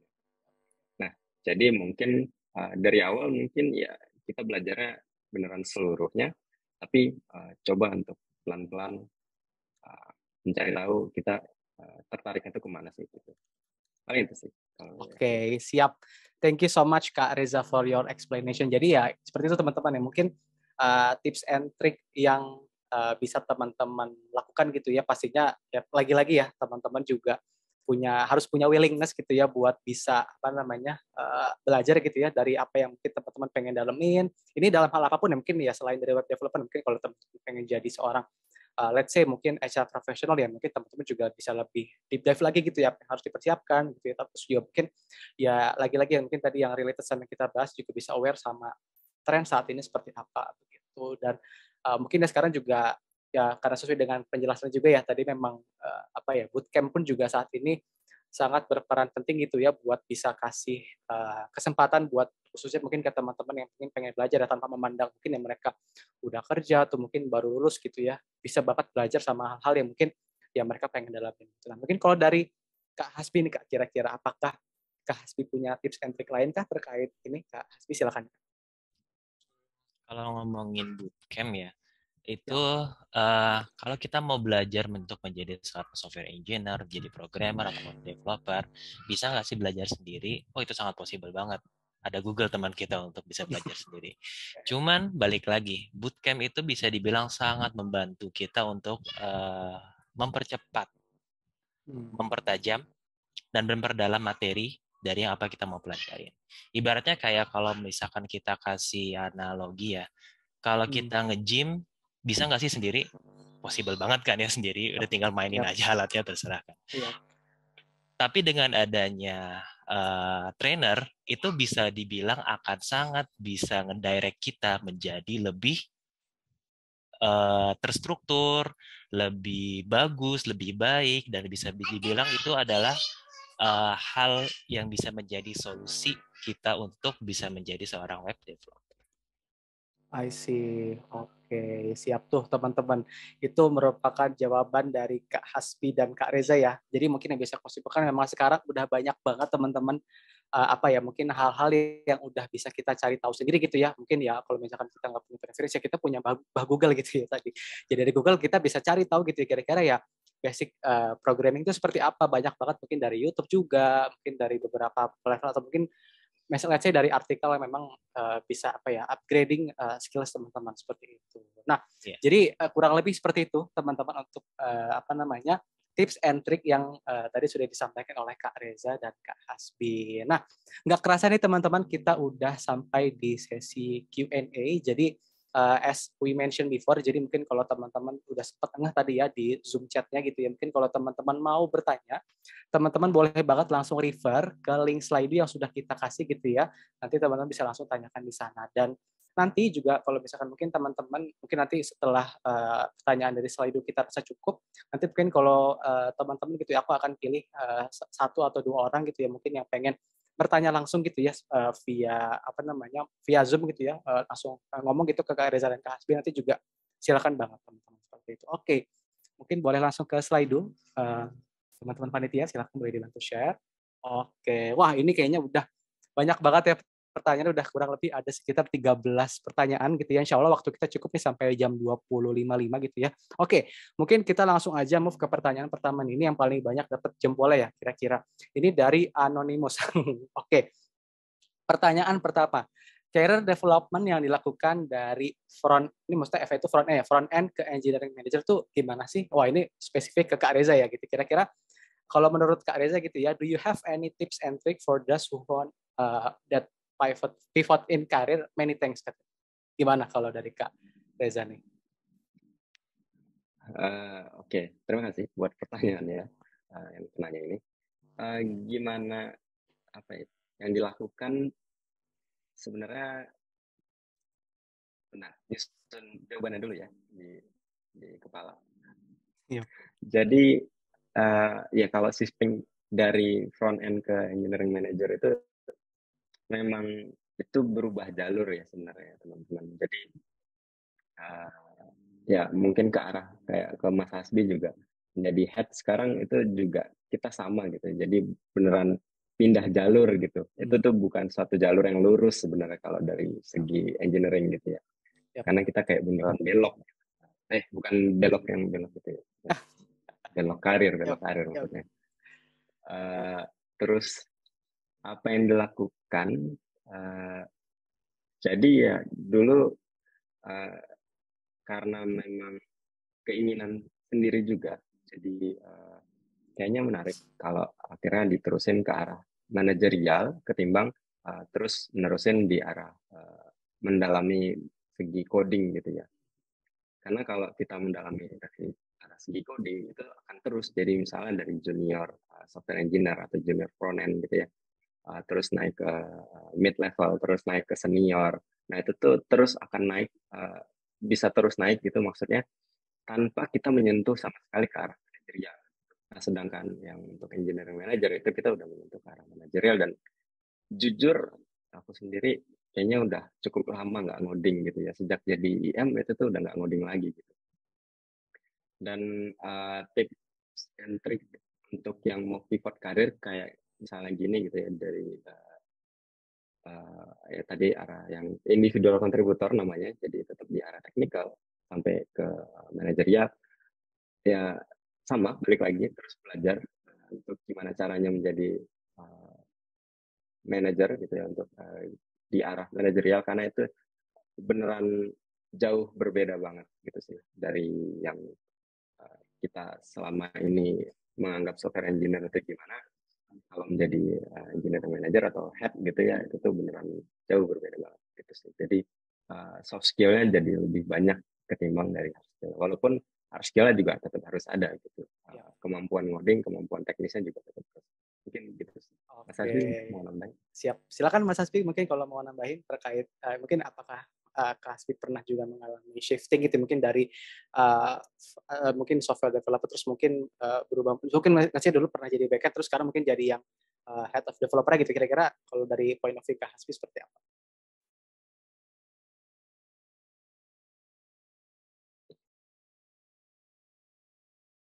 Sorry ini kayaknya kita kehilangan Kak Hasbi ya. Kayaknya beliau lagi unstable connection-nya. Oke, mungkin kita tunggu dulu sebentar ya teman-teman ya sampai Kak Hasbi-nya join ke sini lagi nih. Oke, halo Kak Hasbi sudah kembali lagi Kak? Halo, halo. Oke, yes. Sudah hadir lagi Kak Hasbi nih. Sorry, halo.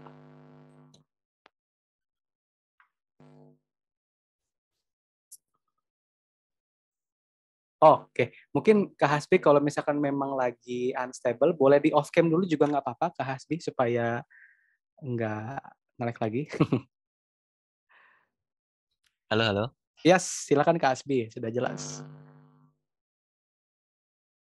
Oke, tadi masalah career shifting ya? Yes, betul Kak Hasbi. Oke, baik di dunia digital maupun non digital ya. Kalau misalkan tadi sesuai dengan bidang saya dulu yang di karir digital, satu sih sebenarnya masalah interestnya dulu sih. Apakah kita itu interest terhadap bidang yang mau kita tuju atau enggak? Terus apakah nyaman juga bekerja di bidang itu? Karena bisa jadi seorang programmer memang nyamannya jadi programmer. Jadi nggak harus jadi seorang engineering manager atau mungkin yang level yang lebih tinggi lagi. Kalau memang kita nyaman jadi seorang programmer, itu bukan suatu hal yang jelek sebenarnya. Oke. Gitu sih. Yap.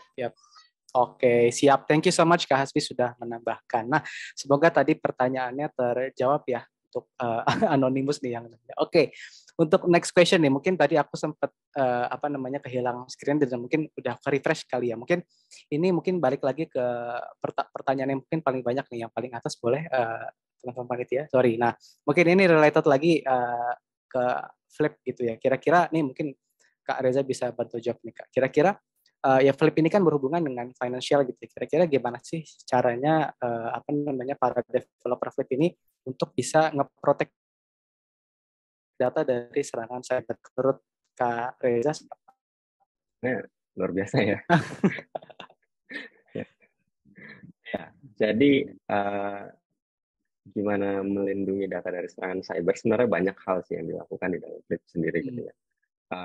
Kita memang bahkan ada timnya gitu. Jadi ada teman-teman engineers yang memang fokusnya nge-develop produk. Ada juga teman-teman engineer yang ngurusnya menjadi fokusnya menjadi security engineer. Ada juga yang semuanya itu sebenarnya kolaborasi gitu sih. Jadi dari segi code kita udah punya guidelines gitulah kurang lebih. Sebenarnya apa aja sih yang boleh dimasukin ke dalam code gitu. Kalau untuk semacam contohnya misalnya kita berinteraksi dengan teknologi atau aplikasi di luar dari si Flipnya gitu ya. Nah untuk komunikasinya itu gimana? Kita punya guidelines harus itu secure gitu. Apa data yang boleh disimpan di code, apa yang nggak boleh disimpan di code. Kalaupun mau nyimpan itu di luar sana, gimana cara nyimpannya? Kayak gitu sih. Terus dari segi itu tadi yang aku bilang sebenarnya ada security engineer-nya juga. Mungkin aku kalau ngejelasin detail itu ini panjang banget. Jadi intinya seluruh bisa dibilang apa ya, mungkin ya project dari Flip itu sendiri itu tuh selalu diawasi dan selalu ditaruh di tempat yang untuk mengaksesnya itu aja tuh cuman ada beberapa orang yang bisa akses gitu. Mungkin kita nggak berbicara code lah ini ya, kita bicara kayak di servernya atau data gitu ya. Itu tuh beneran nggak semua orang bisa akses dan beneran udah ada SOP dan ya guidelines intinya gimana kita cara men-secure. Mungkin yang bisa cuma share itu untuk saat ini. Oke. Siap. Thank you so much Kak Reza buat jawabannya. Mungkin untuk RGS nih ya. Semoga Kak RGS menjawab ya. Oke. Next ini aku mau menanyakan ini ke Kak Hasbi. Kira kalau menurut Kak Hasbi ini pertanyaan dari Mas Danar gitu. Hai Kak, tips untuk menjadi software engineer or web development gitu ya. Menjadi pro dengan banyaknya bahasa pemrograman atau mungkin sebagai orang yang mulai terjun ke dunia IT beda. Wah, sorry nih aku agak kurang paham pertanyaan ini. Jadi tips ini mungkin ini ya Kak Danar ya, mungkin lebih ke tips and trick ya buat jadi seorang software engineer or web development untuk bisa memahami banyak bahasa pemrograman gitu ya. Apalagi mungkin sebagai orang yang baru mau mulai terjun ke dunia IT ya, mungkin beda dari jurusan kuliah gitu. Mungkin ini related lagi ke career shifting. Kira-kira kalau dari Kak Hasbi, bagaimana Kak tanggapannya terkait hal ini?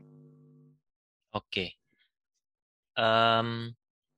Pernah dengar, nggak tahu ini peribahasa atau istilah ya pokoknya. Orang yang belajar satu jurus selama 1000 kali dibandingin dia bisa jurus 1000 jurus, itu akan lebih jago yang satu jurus aja Wak, tapi latihannya terus menerus. Pernah dengar nggak tips kayak gitu? Nah, dalam dunia programming sih kalau menurut saya juga sama sih sebenarnya. Jadi kita tuh nggak perlu untuk belajar semua bahasa. Yang tadi juga sering diulang-ulang juga, dari Mas Reza maupun dari saya juga, memang basic dari programming fundamentalnya itu yang dikuatin dulu. Jadi bukan bahasanya yang dibanyakin, tapi programming fundamentalnya dulu yang dikuatin. Kalau kita udah punya basicnya sebagai seorang programmer, mau bahasa pemrograman apapun, itu bisa saya bilang gampang untuk kita coba pakainya. Nah, gimana kalau sebagai dari orang yang memang jurusannya bukan di dunia IT, apa yang harus dilakuin? Memang harus mau nggak mau belajar sih. Latihan itu jadi salah satu cara yang paling bisa kita ini sih terapin terus-menerus sih. Mau nggak mau harus sering-sering latihan ngoding gitu kan.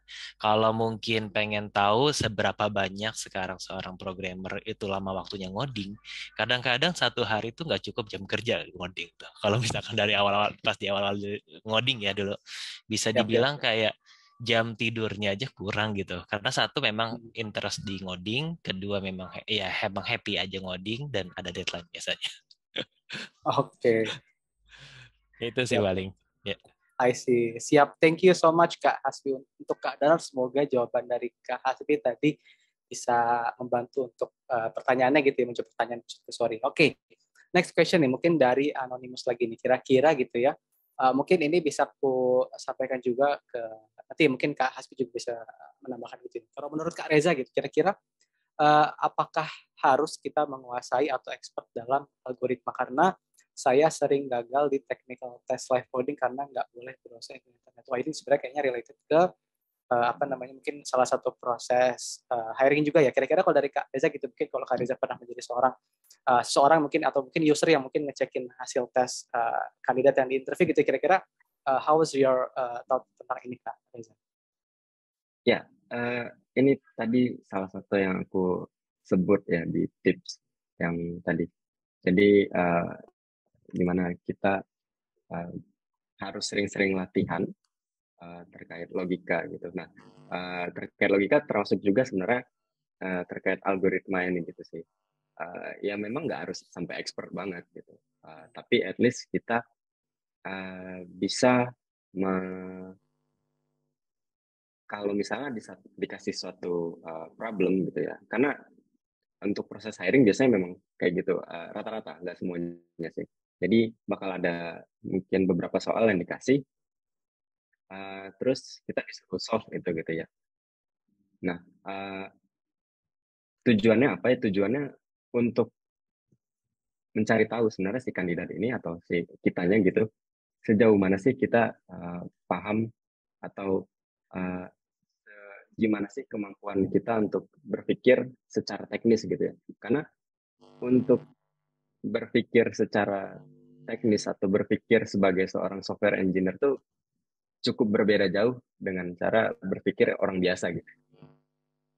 Kalau misalnya kita dikasih suatu list of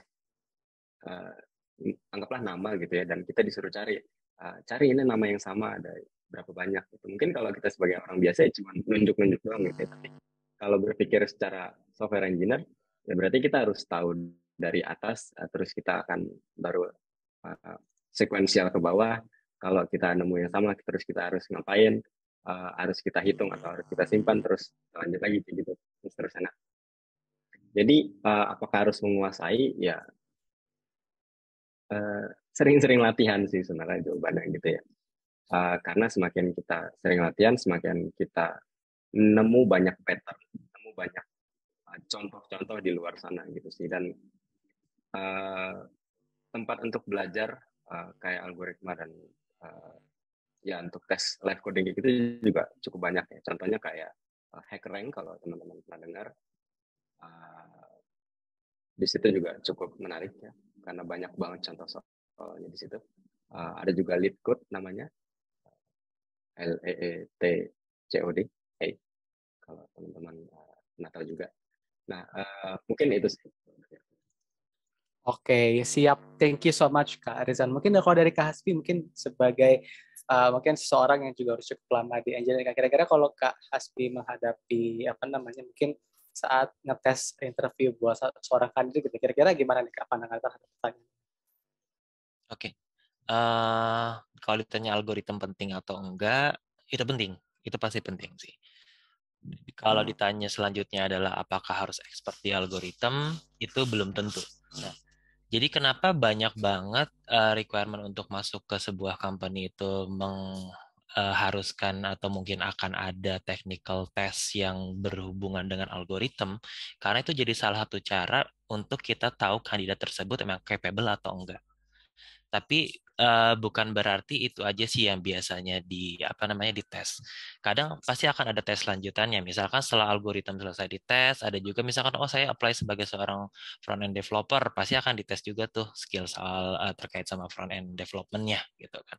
Jadi kalau ditanya apakah harus menguasai, yang penting adalah dia paham gimana caranya sebuah proses itu berjalan. Jadi algoritma kan sebenarnya itu sih. Oke, siap. Wah, thank you so much Kak Reza dan Kak Hasbi. Nah, itu mungkin untuk Anonymous, semoga menjawab ya. Mungkin kalau kamu lagi dalam proses hiring gitu ya dalam sebuah company, good luck ya. Yang apa mungkin ya bisa lebih terus explore lagi ya dalam penguasaan live coding. Nah, mungkin aku akan pilih satu pertanyaan lagi nih. Mungkin sebelum kita move ke mungkin teman-teman ada yang mau tanya langsung gitu ya. Mungkin kalau misalkan emang nanti nggak ada langsung, kita akan balik lagi ke slide gitu. Oke. Satu lagi nih, mungkin dari Kak Burhan Aditya. Kira-kira kenapa sih Kak mungkin ini ya JS gitu, mungkin salah satu programming language ini lebih populer? Apakah karena open source atau mungkin karena ada alternatif lain selain bahasa JS yang mendukung arsitektur microservice atau SOA? Nah, ini mungkin pertama dari Kak Hasbi dulu. Kira menurut Kak Hasbi kenapa nih Kak? Kenapa sih Kak programming JS ini lebih populer sekarang? Satu karena kemudahan salah satunya. Terus biasanya kan dulu sebelum JavaScript itu, yang udah ceritain Mas Reza tadi sih, biasanya sebagai front-end developer pakainya JavaScript. Jadi kayak eksklusif, awalnya kayak eksklusif untuk front-end developer, cuman sekarang kan bisa dipakai sebagai back-end developer. Jadi kesempatannya pun jadi lebih luas sih. Jadi kenapa populer? Satu karena memang dia simple, saya bilang bisa simple ya, jadi nggak heavy programming language yang OOP banget kayak contohnya Java atau C# nggak seberat itu. Itu salah satu alasannya kenapa bisa jadi populer sih. Oke, I see. Siap. Thank you so much Kak Hasbi. Karena memang sebenarnya tiap aplikasinya pun juga cukup banyak bisa diaplikasikan gitu ya Kak Hasbi ya. Oke, kalau dari Kak Reza kira-kira mungkin salah satu, dan mungkin pertanyaannya Kak, satu materi kan ada yang membahas soal si JavaScript juga ini ya. Kira-kira kalau menurut Kak Reza seperti apa? Kenapa si JS ini tuh populer kalau menurut Kak Reza? Ya, kenapa JavaScript semakin populer? Sebenarnya karena semakin dikembangkan aja sih si JavaScript ini gitu ya. Yang dulunya memang bahasa JavaScript ini cuma bisa berjalan di browser yang tadi aku sempat bilang, sampai akhirnya yang dulu jujur aja dulu JavaScript itu cukup berantakan, bahasa yang cukup berantakan mungkin bagi teman-teman yang udah pernah tahu JavaScript dari dulu banget gitu. Nah, tapi akhirnya semakin ke sekarang ini semakin dirapihkan lagi, semakin di banyak fitur-fitur JavaScript yang jatuhnya semakin lebih powerful gitu sih untuk kita ngoding gitu ya. Nah, dan selain dari si bahasanya sendiri, sebenarnya kalau bahasa programan itu kan pasti harus bisa berjalan di suatu tempat gitu ya. Kayak contohnya bahasa-bahasa backend bisa berjalannya di server misalnya gitu. Nah, kalau JavaScript berjalannya bisa di browser gitu atau di depannya gitu ya, nggak di server. Nah, tapi ya di beberapa tahun dulu itu akhirnya dikembangin dan akhirnya JavaScript itu bisa berjalan di banyak tempat gitu. Contohnya bahkan di server sendiri. Jadi nggak hanya untuk khusus bahasa yang berjalan di browser dan untuk frontend doang gitu, tapi JavaScript ini juga bisa untuk backend, bisa untuk mobile, bisa untuk test engineer, misalnya dia mau ngerjain automation, bisa untuk lainnya juga gitu. Kayak yang tadi sempat aku mention kayak IoT dan segala macam. Akhirnya menyebar luas banget sih si JavaScript itu. Gitu sih kalau dari Oke, siap. Thank you so much Kak Reza. Nah, jadi memang sebenarnya teman-teman bisa kusimpulkan memang karena memang mungkin dari jawaban Kak Reza dan Kak Hasbi tadi memang JavaScript ini memang pengaplikasiannya pun juga cukup banyak bisa diterapkan gitu. Jadi memang nggak hanya buat satu role aja gitu. Mungkin misalkan aku jadi backend tapi aku cuman bisanya Java sih. Itu sebenarnya juga bisa mungkin sebagai seorang engineer atau mungkin sebagai front end juga tadi gitu ya Kak Reza ya. Oke, makasih banyak Kak Reza dan Kak Asbi. Mungkin untuk Kak Burhan semoga tadi jawabannya menjawab ya Kak Burhannya. Oke. Nah, since udah sekitar 15 menit lagi kita selesai, mungkin aku akan move dulu nih. Kira-kira dari teman-teman yang masih ada stay di room ini ya, kira-kira ada nggak yang mau langsung bertanya nih ke Kak Reza dan Kak Hasbi? Mungkin kalau ada yang mau langsung tanya dengan on mic, boleh langsung raise hand. Wah, ini yang ada raise hand ini langsung, namanya Kak Sahrial. Oke, halo Kak Sahrial, mungkin silakan Kak kalau mau langsung ditanyakan pertanyaannya ke Kak Reza atau ke Kak Hasbi. Halo Kak, mungkin pertanyaannya langsung ke Mas Reja Kak sebagai engineer manager. Oke. Mungkin ini terkait dengan people to people loh Kak. Jadi gini, bagaimana sih Kakak sebagai engineering manager menyikapi seorang back-end yang komunikasinya susah gitu Kak? Karena kan itu penting juga dalam sebuah perusahaan. Dan kita kan tahu sebagai orang back-end itu ya nggak mau berurusan sama orang gitu. Ibaratnya ngurang-ngurangin gitu Kak. Gimana sih tanggapan Kakak? Ataupun ada saran tipsnya gitu Kak? Thank you Kak, itu aja. Oke, siap. Thank you Kak Sahril pertanyaannya. Silakan Kak Reza. Thank you untuk pertanyaan keren loh sebenarnya ini. Kayaknya pengalaman pribadi ya. Iya, ini kasus yang bisa dibilang cukup klasik gitu ya. Kenapa klasik ya? Karena itu tadi benar gitu ya. Mungkin ada aja orang-orang yang software engineer mungkin lebih memilih lebih banyak berinteraksinya nggak sama orang gitu ya. Dan jadi untuk komunikasinya ya mungkin nggak oke yang kita harapkan gitu ya misalnya. Nah, sebenarnya kalau dari aku sendiri gitu ya sebagai engineering manager, yang aku lakuin ya terus untuk mencoba berkomunikasi sih kalau dari aku ya. Jadi kalau memang ketemu dengan orang yang ini kenapa dia kok pendiam atau pemalu atau gimana gitu ya. Nah, justru itu harusnya dari akunya gitu yang harus untuk tetap berusaha untuk mancing biar komunikasinya lebih oke lagi gitu. Karena ya sebagai engineering manager ya aku juga nggak mau ada teman-teman yang akhirnya istilahnya kayak ya terlepas sendiri atau terdampar sendiri dengan kondisi dia itu gitu ya. Jadi akhirnya ya sebagaimana mungkin ya aku akan coba untuk terus ajak ngobrol, terus untuk bantu apa kira-kira bisa aku bantu. Mungkin kayak gitu sih. Dan untuk tipsnya ya kalau memang orang yang tadi pendiam itu adalah aku, ya mungkin bagi aku sendiri ya akan terus coba untuk pelan-pelan mencoba berkomunikasi lagi aja sih. Kalau itu tadi orang yang pendiam itu adalah aku gitu. Oke, siap. Nah, tapi sebelum ini kira-kira dari Kak Hasbi ada yang mau ditambahin dulu nggak? Mungkin dari pertanyaan Kak Sahrial tadi. Mas Reza tadi udah cukup jelas banget sih sebenarnya. Okay. Kalau saya sebagai orang yang introvert, sebenarnya saya juga introvert sih. Okay. Memang susah sih untuk kita sosialisasi sama orang. Cuman apakah kita harus untuk bersosialisasi itu sebenarnya adalah suatu kewajiban kalau kita berada di dunia kerja. Karena kita ada satu hal yang namanya tanggung jawab kan. Jadi apakah harus paling medianya aja yang bisa diakalin. Kadang saya nggak suka ngobrol sama orang, bisa via chat kan gitu. Jadi memang kita bisa akal-akalin aja sih sebenarnya. Yap. Oke, siap. Jadi balik lagi ya, walaupun mungkin di balik personality kita gitu ya, mau kita introvert, kita mungkin ngerasa extrovert ya, tetap memang komunikasi itu yang paling penting gitu ya, buat bisa kita ya namanya menjadi seorang di manajerial level kan pastinya ya salah satu challenge adalah gimana caranya kita bisa ya ngebawa sebuah tim itu supaya bisa terus kompak dan memang satu pandangan juga gitu ya, walaupun mungkin pandangan berbeda, tapi mungkin supaya juga meminimalisir adanya miskomunikasi seperti itu. Mungkin untuk Kak Sahrial, semoga jawaban dari Kak Hasbi dan Kak Reza menjawab menjawab ya. Oke. Nah, mungkin teman-teman since udah di 20.50 ya, 10 menit lagi udah jam 9 gitu. Mungkin teman-teman juga udah cukup capek gitu ya hari ini, habis mungkin tadi seharian beraktivitas, hari mungkin ada yang kerja, mungkin ada kuliah gitu ya.